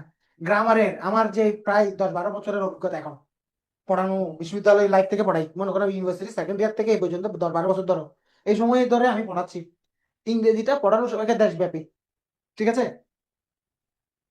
এই সময়টাতে পড়ানোর ক্ষেত্রে আমি একেবারে রাজশাহী, রংপুর, বগুড়া, দিনাজপুরের দুর্বল জায়গাগুলোর স্টুডেন্ট যেমন দেখছি, নীলক্ষেত, ফার্ম গেট, উত্তরা মালিবাগ, এই জায়গাগুলোতে বুয়েট, ডিইউ, ডিএমসির স্টুডেন্টদের সরাসরি ক্লাস নিয়ে লম্বা সময়ের অভিজ্ঞতাও গ্যাদার করছি। তাহলে প্র্যাকটিক্যাল আমার যথেষ্ট অভিজ্ঞতা আছে। এই কাজগুলো করতে গিয়ে পড়ানোর ক্ষেত্রে আমি আমার ভেতরে যে জিনিসটা কাজ করতো, এই জিনিসটা, এই যে সাবজেক্ট ভার্ব এগ্রিমেন্টের স্ট্রাকচার, অথবা এই ছেলেটা বুয়েট থেকে পাশ করে আসছে, রিটেনে এসে ট্রান্সলেশন পড়ানোর সময় তাকে এররস ইন টেন্স তাকে আমার পড়াতে হচ্ছে, এরকম কেন হচ্ছে? আমিও তো স্টুডেন্ট ছিলাম। আমার আমি যখন এই গ্রামারের বেসিকটা জীবনে একবার পড়ছিলাম, দ্বিতীয়বার তো আমার ওভাবে লাগে নাই। সে ইঞ্জিনিয়ারিং পাশ করে আসার পর এখনো তাকে ফিউচার পারফেক্ট টেন্সের ব্যবহারের এই জায়গায় তার গলতটা থাকছে কেন? কারণ হচ্ছে সে এটাকে পরীক্ষার জন্য স্ট্রাকচার হিসেবে মুখস্থ করছিল তাই। এই যে আমার ভেতরে কান্না, এটা এভাবে হচ্ছে না কেন? এটা ব্যাপারটা তার চিন্তার সাথে মগজের সাথে মিশে যাচ্ছে না কেন? ওই কাজটা আমি করে দিছি। পড়াইছি ট্রান্সলেশন, বলছি ট্রান্সলেশনের কথা, প্র্যাকটিস দিছে ট্রান্সলেশন, কিন্তু গ্রামারটা তার ইজি হয়ে যাবে, সে অবচেতন মনে হয় সে গ্রামারটা আর বলবে না তার। কারণ তাকে আমি বলছি এভাবে এভাবে বাক্যটা লিখতে হয়, ওই বাক্যটা শুদ্ধ লিখতে গিয়ে তার কাছে শুদ্ধটা সব সময় খটকা লাগবে, খটকা লাগবে, তার বিবেক তাকে গুতা দিবে, এই এরকম করিস না, এই এরকম করিস না, বিবেকের দংশন গুলো কাটাগুলো লাগাই দিছি, খেলা শেষ এই জায়গায়। বুঝতে পারছি? এর জন্য এটা রিটেনের প্রার্থীদের জন্য। তাহলে ইংলিশ নিয়ে টেনশন করে না। প্রথম কাজ হচ্ছে আমার ক্লাসগুলো করবা, কারণ যারা স্ক্রিপ্ট বইটা নিবে তারা এমনিতেই ভিডিও গুলো পাবে, কারণ প্রতিটা চ্যাপ্টার নিয়ে একটা শর্ট ভিডিও করে দিব, শর্ট ইনস্ট্রাকশন, এটা এভাবে পড়ো, এটা এভাবে করো, এভাবে একেবারে এই এক মাসের মধ্যে আমি পুরা এখানে শুধু ট্রান্সলেশনের উপরে 30টা অধ্যায় আছে, চ্যাপ্টার 30টা ট্রান্সলেশনের উপর। এভাবে করছি কেন? আমি বলছি না, স্টুডেন্টদের ভোগান্তি গুলো আমি দূর করছি, শিখাইছি ট্রান্সলেশন, কিন্তু দেখাইছি ব্যাকরণের সবকিছু। হ্যাঁ, সে যা জানে তাকে আসে কিভাবে ব্যবহার করবে তা আমি শিখে গেছি ওখানে। তারপরে ভাই এগুলো আছে। তো এখন ইংলিশ নিয়ে যেটা করবা, যদি তাহলে স্ক্রিপ্ট বই যদি না আনি আনিতে, তাহলে রিটার্নের প্রিপারেশনের জায়গাটাকে স্ক্রিপ্টের মধ্যে সীমাবদ্ধ করে দিয়েছেন এরকম মনে মনে ভাবতেছো না? এর বাইরে জানা, যদি স্ক্রিপ্ট বইটা তোমার কাছে না থাকে, এমন যদি হয়, তাহলে তুমি ইংলিশকে সবচেয়ে গুরুত্বপূর্ণ জায়গায় যেটা চিন্তা করবা সেটা হচ্ছে তুমি পত্রিকা পড়ো, পত্রিকা পড়ো। ইংলিশকে প্রায়োগিক ভাবে চিন্তা করবা, প্রায়োগিক ভাবে অ্যাপ্লাইড চিন্তা করবা। কোনো কিছু শিখছো, ওটা শুধু এমসিকিউ তে উত্তর করার জন্য subject third person singular number হলে 12 সাথে হবে, এই জায়গার জন্য মুখস্থ ব্লাইন্ডলি কোনো কিছু মুখস্থ করার জায়গায় না রেখে জিনিসগুলো নিয়ে লেখালেখির চিন্তা করো। প্রথম প্রথম সহজ সহজ কিছু আর্টিকেল পড়ো। বিশেষ করে মনে করো ভারত বাংলাদেশ ক্রিকেট নিয়ে দ্বিপাক্ষিক বাইলেটারাল এই যে সমস্যা, এটা এমন একটা বিষয় যে বিষয়টা সম্পর্কে তুমি ভালোভাবেই জানো। ভারতের ক্রিকেটারদেরকেও চিনো, ভারতকেও তুমি চিনো, বাংলাদেশকেও চিনো, বাংলাদেশের ক্রিকেট সম্পর্কেও জানো। পত্রিকা থেকে যখন তুমি কোনো একটা নন ইস্যু পড়বা, ওখানে আননোন কোনো শব্দ থাকলেও তুমি পারবা, কারণ ওই ইস্যুটা সম্পর্কে তুমি জানো। এই জন্য প্রথম প্রথম তুমি ইজি নোন কোনো টপিক থেকে পড়ে পড়ে অভ্যাস করো, রিডিং হ্যাবিট ডেভেলপ করতে হবে। তোমাকে আমি বলছি, তোমার এই যে বিশাল জার্নি, এই জার্নিতে এক এক সাবজেক্টে এক এক ধরনের যোগ্যতা যাচাই করা হয়। এই যোগ্যতা যাচাইয়ের মধ্যে সবচেয়ে বড় যোগ্যতা হচ্ছে তোমাকে প্রো লেভেল রাইটার হতে হবে, প্রো লেভেল রাইটার হতে হবে, প্রো লেভেল রাইটার হতে হবে। তোমাকে রিমেম্বার, ভালো রাইটার হওয়ার জন্য ভালো রিডার হতে হবে, ভালো রাইটার হওয়ার জন্য ভালো রিডার হতে হবে। All the good writers are good readers, all the good writers are good readers. ভালো পাঠক যদি তুমি না হও, ভালো লেখক হওয়া তোমার পক্ষে সম্ভব না। কারণ আমরা যে শব্দগুলো আমার কলম দিয়ে বের হচ্ছে, এগুলো আসলে বের হচ্ছে কলম দিয়ে, কিন্তু আসলে বের হচ্ছে মাথা থেকে, মাথা থেকে বের হচ্ছে। তাহলে আমাদের শরীরটা যদি একটা কম্পিউটার হয়, আমাদের শরীরটা যদি একটা কম্পিউটার হয়, আমাদের আউটপুট ডিভাইস হচ্ছে আমাদের কলম। তাহলে কলমটা কি স্যার শরীরের সাথে সম্পর্ক? কলমটা শরীরের সাথে সম্পর্ক। কলম না ধরলে তো কলম নিজে নিজে চলবে না। এই জন্য মানুষের শরীর এমন কুদরতি বিষয়। আউটপুট ডিভাইস হচ্ছে কি? কলম। আউটপুট ডিভাইস হচ্ছে মানুষের মুখ। আর ইনপুট, মানুষের শরীরের ইনপুট হচ্ছে মুখ এবং চোখ, মুখ এবং চোখ এবং কান, মুখ চোখ কান। পাশা দিয়ে কিছু ঢুকে না, পাশা দিয়ে মানুষের ইনপুট হয়, এটাও আউটপুট যন্ত্র। লজ্জার কিছু নেই, ন্যাচারাল, আমরা সবাই পায়খানা করি না, তাহলে এত লজ্জা কি আছে? অনেকে স্মার্ট হতে গিয়ে কিছু ন্যাচারাল কথাকে লুকাই ফেলে। প্রাকৃতিক বিষয় প্রাকৃতিক ওই ভাই, কি অবস্থা? ডক্টর নিউজকে হাগে না? হ্যাঁ, নাকি হিলারি ক্লিন্টন পায়খানা করে নাই? হ্যাঁ, আচ্ছা, এখন কথা হচ্ছে, শরীর যদি কি হয়, কম্পিউটার হয়, আমাদের আউটপুট হচ্ছে কি দিয়ে হবে? তুমি প্রো লেভেল নাকি ফুইন্ডি লেভেল, এটা বের হবে কি দিয়ে? কলম দিয়ে। কিন্তু ইনপুট যদি না হয়, আউটপুট আসবে? তোমার মোবাইলটা যদি তোমার মোবাইলটা যদি একটা ডিভাইস হয়, মোবাইলে যদি তুমি ক্যামেরা দিয়ে ছবি না তুলো, তাহলে মোবাইলের গ্যালারি থেকে ছবি কি পাবা? পাবো না। তাহলে তোমার মস্তিষ্ক যে যে শব্দগুলো লিখছে, আউটপুট দিচ্ছে, প্রতিটি শব্দ, প্রতিটি শব্দ এক একটা ছবি, প্রতিটি শব্দ এক একটা ছবি। তাহলে তোমার চোখের যে দুইটা ক্যামেরা, দুইটা ক্যামেরা, এই দুইটা ক্যামেরা দিয়ে যদি তুমি যত ছবি তুলবা, তত সুন্দর ছবি বের হবে। কারণ তুমি যদি 100টা ছবি তুলো, ওখান থেকে তুমি কয়টা ভালো ছবি পাবা? আওয়াজ নেই কেন? 100টা ছবি তুললে কয়টা ভালো ছবি পাবো? 10টা। তাহলে তুমি যদি 100টা শব্দ 100টা শব্দ চোখ দিয়ে দেখো, চোখ দিয়ে দেখো, তাহলে ওখান থেকে তুমি কয়টা শব্দ বের করতে পারবা? 10টা শব্দ। এখন 100টা থেকে 10টা বের করলাম, আবার যদি আমি 1000 শব্দ থেকে যদি 10টা বের করি, ওগুলো আরো বেশি স্মার্ট শব্দ হবে না? আরো বেশি স্মার্ট শব্দ হবে না? তাহলে চোখ দিয়ে চোখ দিয়ে ছবি তোলা মানে রিডিং। চোখ দিয়ে ছবি তোলা মানে হচ্ছে কি? রিডিং। যত বেশি যত বেশি শব্দ ইনপুট দিবা চোখ দিয়ে, তত বেশি কলম দিয়ে শব্দ বের হবে। ইজি বাট ইমপ্রেসিভ এমনি এমনি হবে না। শর্ট বাট কনক্লুসিভ এমনি এমনি হবে না। 100 থেকে 10টা শর্ট, 1000 থেকে 10টা শর্ট, এগুলোর ব্যাপার আছে। আমি বুঝতে পারছি? আমি বুঝতে পারছি? তাহলে কথা হচ্ছে, to be a good writer you should be a good reader. To be a good writer you should be a good reader. It is impossible to be a good writer without being a good reader. কারণ আল্লাহ রাব্বুল আলামিন বলেছেন সিরু feel আর্থ। আমার কুদরতি ক্রিয়েশনকে দেখার জন্য, আমাকে জানার জন্য তুমি দুনিয়াতে ভ্রমণ করো। তো তুমি ফোনের কি প্রাইভেট বিমান আছে ভ্রমণ করো করে পৃথিবীর দেশ থেকে ওই দেশে যাওয়ার জন্য? তুমি শুধু ইন্ডিয়ার বর্ডার পার হও, ঠ্যাং ভেঙে দিবি। তাহলে তুমি দুনিয়া ভ্রমণ করে জানার সুযোগ আছে? নাই। সুতরাং বইয়ের মাধ্যমে আমাদের শিখতে হবে। সুতরাং ভালো লেখক হওয়ার জন্য অবশ্যই কি হতে হবে? ভালো পাঠক হতে হবে। হ্যাঁ, এবার এবার এবার শোনো, এবার শোনো, ইংরেজি বাংলা দুটাতে। ইংরেজিতে ইনশাল্লাহ আমার কিছু ক্লাস করবা। ক্লাসগুলোতে আমি এমন জিনিস দেখাবো, তুমি একজন ভালোভাবে কথা বলার জন্য একটা মানুষের কিন্তু 400 থেকে 500 শব্দের বেশি লাগে না। বিশেষ হচ্ছে না না? একজন মানুষ ইংরেজিতে ভালোভাবে কথা বলার জন্য 400 থেকে 500 শব্দের বেশি লাগে না। অথচ এখানে আমার কথা যারা শুনছো, তুমি কিন্তু কয়েক হাজার শব্দ জানো, কিন্তু তাও তুমি কথা বলতে পারো না কেন? তাও তুমি লিখতে পারো না কেন? কারণ ওগুলা কোনটা কোন জায়গায় বসবে, গিরাগুলো, পদগুলো ক্লিয়ার না। এগুলা তুমি এমন বাস নিয়ে বসে আছো নিজের জন্য নিজে, যে বাসে ঘন ঘন গিরা আছে, বাজ্যা বাস। ঠিক আছে? বাজ্যা bus is a kind of bus which has ঘন ঘন গিরা। প্রতি গিরার ভেতরে কি আছে? মাল আছে। কিন্তু গিরে থাকার কারণে এক মাল আর মালের সাথে কানেক্ট হচ্ছে না। কথা বুঝছো কিনা? তোমার অর্ডিনারি লেখাগুলাকে কিভাবে এক্সট্রা অর্ডিনারি সেন্টেন্সে রূপান্তর করবা, তার জন্য কতগুলো গাঁথুনি আছে, তার জন্য কতগুলো জোড়াতালি দেওয়ার ব্যবস্থা আছে, তার জন্য কতগুলো ঢং আছে, স্টাইল আছে। ম্যাজিকের মতো চেঞ্জ হয়ে যাবে, তোমার নিজের লেখা চেঞ্জ হয়ে যাবে। তোমাকে আমি বলবো এটা এটা লিখো, তুমি লিখছো, ইনস্ট্যান্ট তোমাকে আমি দেখাবো এই লেখাটাকে ঠিক এভাবে লেখা যায়, এই লেখাটাকে ঠিক এভাবে লেখা যায়, এই লেখাটাকে ঠিক এভাবেও লেখা যায়। কি কি করলাম? শুরুতে এই কাজটা করলাম, ঠিক এই জায়গায় এই চেঞ্জটা করলাম, ঠিক এই জায়গায় এই কাজটা করলাম, সবগুলো লেখার মাঝখানে এই কানেক্টরটা বসালাম। কথা বলছো কিনা? তোমার লেখা হয়ে যাবে। তুমি ছিলা এ দিলারি। হ্যাঁ, তুমি ছিলা কি প্রথম বাক্য যখন লিখছিলা, তুমি ছিলা কি গ্রামের কাজ করা বুড়া মহিলা দিলারি। কিন্তু তৃতীয় সেন্টেন্সে গিয়ে তুমি হয়ে যাবা হিলারি। কথা বলছো কিনা? কে হয়ে যাবা? Hillary. The healing sentence, Hillary Clinton. I visited Dhaka, I saw people over there, wall to wall. এই দেয়াল থেকে ওই দেয়াল, শুধু মানুষ আর মানুষ দেখেছি আমি। কি পাওয়ারফুল তার লেখা হিলারি ক্লিন্টনের। কথা বুঝছো? তুমি দিলারি থাকবা না হিলারি হবা? হিলারি, আওয়াজ নাই। হিলারি হবো আমার, তোমরা এরকম চিন্তা করতে পারবে দুর্বল কেন? বলো। ও হ্যাঁ, নির্বাচনে হাসছে, এটা তো টাকার কাছে হাসছে। আর আমেরিকানরা যতই নারীর ক্ষমতায় নেই, সে বলে এগুলো আমাদের জন্য, ভূতের জন্য না। কোন একজন হয়েছে জর্জ ওয়াশিংটন থেকে এই পর্যন্ত, হ্যাঁ, এগুলো নারীর ক্ষমতায়। ওরা ওরা আরো বেশি গোড়া, ওরা আরো বেশি এই ধর্মীয় বিদ্বেষ। ইসরায়েলকে এত কিছু দিচ্ছে, এগুলো ধর্মকেন্দ্রিক না? তো আমরা ধর্ম নিয়ে কথা বললে, আমি মাথায় টুপি দিলে তুমি, আমি গোড়া, আমি রক্ষণশীল, আর তুমি তুমি ঠিক ওই সারা পৃথিবীকে মানে নাকারে চোবানি খাওয়াচ্ছ বেসড অন রিলিজিয়ন। ফিলিস্তিনকে মারতেছে রিলিজিয়ন না? ধর্ম নিয়ে মুসলমানদেরকে যেখানে পাই সেখানে। ইন্ডিয়াতে এটাও ধর্মভিত্তিক। তাই বুঝছো? ওই জন্য মৌলবাদ হওয়া ভালো। মৌলবাদ মানে মৌলবী থেকে মৌলবাদ না, মৌলবাদ মানে মূলবাদ, মানে আসলের দিকে যে ঝুঁকে বেশি। কথা বলছো কিনা? মানে কিন্তু অথচ সাধারণভাবে এখানে মৌলবী শব্দ একটা প্রচলিত আছে।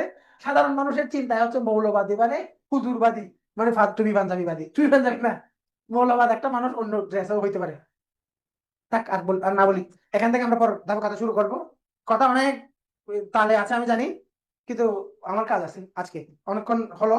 এখান থেকে আমরা পরের ধাপে যারা এর মধ্যে যারা জয়েন করে নাই, তোমরা এর মধ্যে জয়েন করে ফেলবা। ইনশাল্লাহ গুরুত্বপূর্ণ ইনস্ট্রাকটিভ ক্লাসগুলো আমি ধাপে ধাপে পড়াতে নিতে থাকবো। আমাদের রিটেনের ক্লাসগুলো শুরু হয়ে গেছে। এ, শুরুতেই রিটেন পড়াচ্ছি। কেন? আমরা বিশ্বাস করি বিসিএস এর প্রিপারেশন কয়টা? একটা। আজকে ওই জায়গাটা নিয়ে আমি ক্লারিফাই করছি। পরের পরের বিষয়গুলো আমি আরেকটা বিষয় শুরু করলে আমার অনেকক্ষণ কথা বলতে হবে, যেমন বাংলাদেশ, আন্তর্জাতিক বিজ্ঞান, এগুলো কেন এখানে রাখা হয়েছে, এগুলো নিয়ে আমার অনেক কথা। কিন্তু আমার একটু আছে, একটু প্রোগ্রাম, আরেকটা প্রোগ্রাম আছে যেখানে আমাকে গিয়ে কথা বলতে হবে। এ, মানে প্রাইস কেমন হবে, কত পৃষ্ঠা? বইটা হচ্ছে পৃষ্ঠা 552 পৃষ্ঠা। হ্যাঁ, এটা একেবারে এমন বই, তোমার বাচ্চার জন্য তুমি রেখে দিবা এই টাইপের। গাইড না, গাইড না, এটা কাজ মানে টার্গেটিং বিসিএস রিটেন, কিন্তু কাজ করছি সবার জন্য একেবারে। তো একটু দাম হবে, কারণ কাগজ টাগজ ভালো দিচ্ছি। আমি জানি না, অফিসিক কথা বললে জানবে ওরা হয়তো। তো আমি তো করে পাঠিয়ে দিচ্ছি অলরেডি, 1 সপ্তাহ হচ্ছে। ওরা এগুলো সেট আপ মেকআপ দিয়ে প্রিন্ট করে গতকাল আসার কথা ছিল, কালকে যেহেতু আসেনি নিশ্চয়ই আগামীকাল চলে আসবে। তো বইটা বইটা নিয়ে, এটা মার্কেটিং না, বইটা দরকারি। বইটা তুমি মানে ইয়া লেগে যাবে, মানে প্রি অর্ডারের লাইন লেগে যাবে, এরকম অবস্থা হবে। আগে দেখো, দেখার পরে সিদ্ধান্তে আসবা। তো এখান থেকে আমরা পরের আরেকটা সেশনে কথা বলবো, কারণ আরো অনেক কথা রয়ে গেছে। কারণ আমি ভাই নিয়ে কথা বলি নাই, বাকি কথাগুলো বলি নাই। তো যতটুকু বলছি ততটুকুতে যে পাঁচ লাইন গুলো ছিল এগুলো যেন না বলো। To be a good writer, you have to be a good reader. এই কথাগুলা কোনটা 5 লাইন, কি হতে হবে, প্রো লেভেল রাইটার হতে হলে কি হতে হয়, প্রি লিখে কিভাবে চিন্তা করবো, যতটুকু বলছি ততটুকু মাপা কথা, কাজের কথা। মিনিংলেস কোনো লাইন এখানে ছিল না। তো অনলাইনে এতক্ষণ ধৈর্য ধরে যারা শুনেছো, এবং পরবর্তীতে ভিডিওতে যারা শুনছো, কথাগুলো শুনে এখান দিয়ে শুনে ওখান দিয়ে বের হয়ে বাসায় গিয়ে আবারও এমসিকিউ একটা বই নিয়ে বিগত বছরের এমসিকিউ পড়ার জায়গার মধ্যে সীমাবদ্ধ থেকে যাবা তুমি, সেটা আমি ভালোভাবে জানি। কিন্তু যারা আমার কথা আমল করতে পারবা, তারাই পার্থক্যটা সৃষ্টি করতে পারবা। আর যারা বিজয়ী তারা একটু ভিন্ন হয়। বেড়ার ঝাঁকের মধ্যে যে একটু নেতা, সে একটু ভিন্ন হয়, সে আউট অফ বক্স চিন্তা করে। আর তুমি যদি আউট অফ বক্স সাহসে না কুলাই, তাহলে তোমাকে তো আমি বলছি, টিন, পান, সুপারি, চুন, পারলে কয়েকটা ডাবল বিড়ি নিবা। বিড়ি হলে আরো কাস্টমার বেশি পাবা, তুমি কাজ শুরু করে দাও। এটা সহজ একটা উপায়, যেটার জন্য তোমার দোকান ভাড়া লাগবে না, কাজ শুরু করে দিবা। এটা আমি আমি তোমাকে শুরু করে নেই। আমি হচ্ছে কাজ শুরু করার দ্বারা টাইমটাকে নষ্ট করিও না। এরকম অন্য একটা কাজ করো, ফ্রিল্যান্সিং করো, আউটসোর্সিং করো, বিয়ে করো, অন্তত একটা বাচ্চা হবে, যে বাচ্চাটা কয়দিন পরে ইনকাম করে খাওয়াবে। কিন্তু এমসিকি পরে এখানে টাইম নষ্ট করবা। কথা হচ্ছে কিনা? ঠিক আছে, তাহলে আজকে এইটুকুতে শেষ করলাম। আর আজকে অফলাইনে ফ্রাইডে হওয়ার কারণে হোক, বিভিন্ন কারণে আমাদের স্টুডেন্টরাও পুরান কেউ তেমন আসে নাই। এ, যারা অনলাইন টার্গেট ছিল, তোমরা যারা শুনছো, ভর্তি টর্তির বিষয়ে তোমরা এই নাম্বারটাতে যোগাযোগ করবে, 0181101001। এটা আমাদের হোয়াটসঅ্যাপ। হ্যাঁ, আমার যে ক্লাসটা নিলাম, বিশেষ হেল্পলাইন এরকম, আমরা ওরকম একটা শব্দ বলে নেই। খেয়াল করছো? পেশাদারিত্ব দরকার নাই। তোমার টাকা আমার এদিকে থাকলে তুমি এমনি ভর্তি হবা। তোমার টাকা যদি আমার এদিকে না থাকে, তোমাকে গুতানোর আমার কি দরকার? আমি তোমার দাঁত ধরে দাম আছে। তোমার টাকা যদি আমার এদিকে না থাকে, হ্যাঁ, তাহলে এ তোমাকে বুঝিয়ে ফুস দিয়ে কোনো দরকার নেই। তোমার ভর্তি হওয়া তাহলে তুমি ভর্তি হও, আমরা এই দিচ্ছি। ভর্তি না হওয়া থাকলে সাইড লও। আর ফ্রি ফ্রি ক্লাস করা, যেখানে ফ্রি, যখন ফ্রি দেয় তখন ক্লাস করবো। এখানে একবার ফ্রি, ওখানে একবার ফ্রি, ওখানে একবার ফ্রি, এগুলো করিও না। তুমি ওই যে টিন টিন পান, অন্য কাজ করে তুমি টাইম নষ্ট করিও না। ফ্রি দিয়ে কোনো কোয়ালিটি তুমি পাবা না। কথা শেষ। ভর্তি হওয়ার জন্য এটা করবা।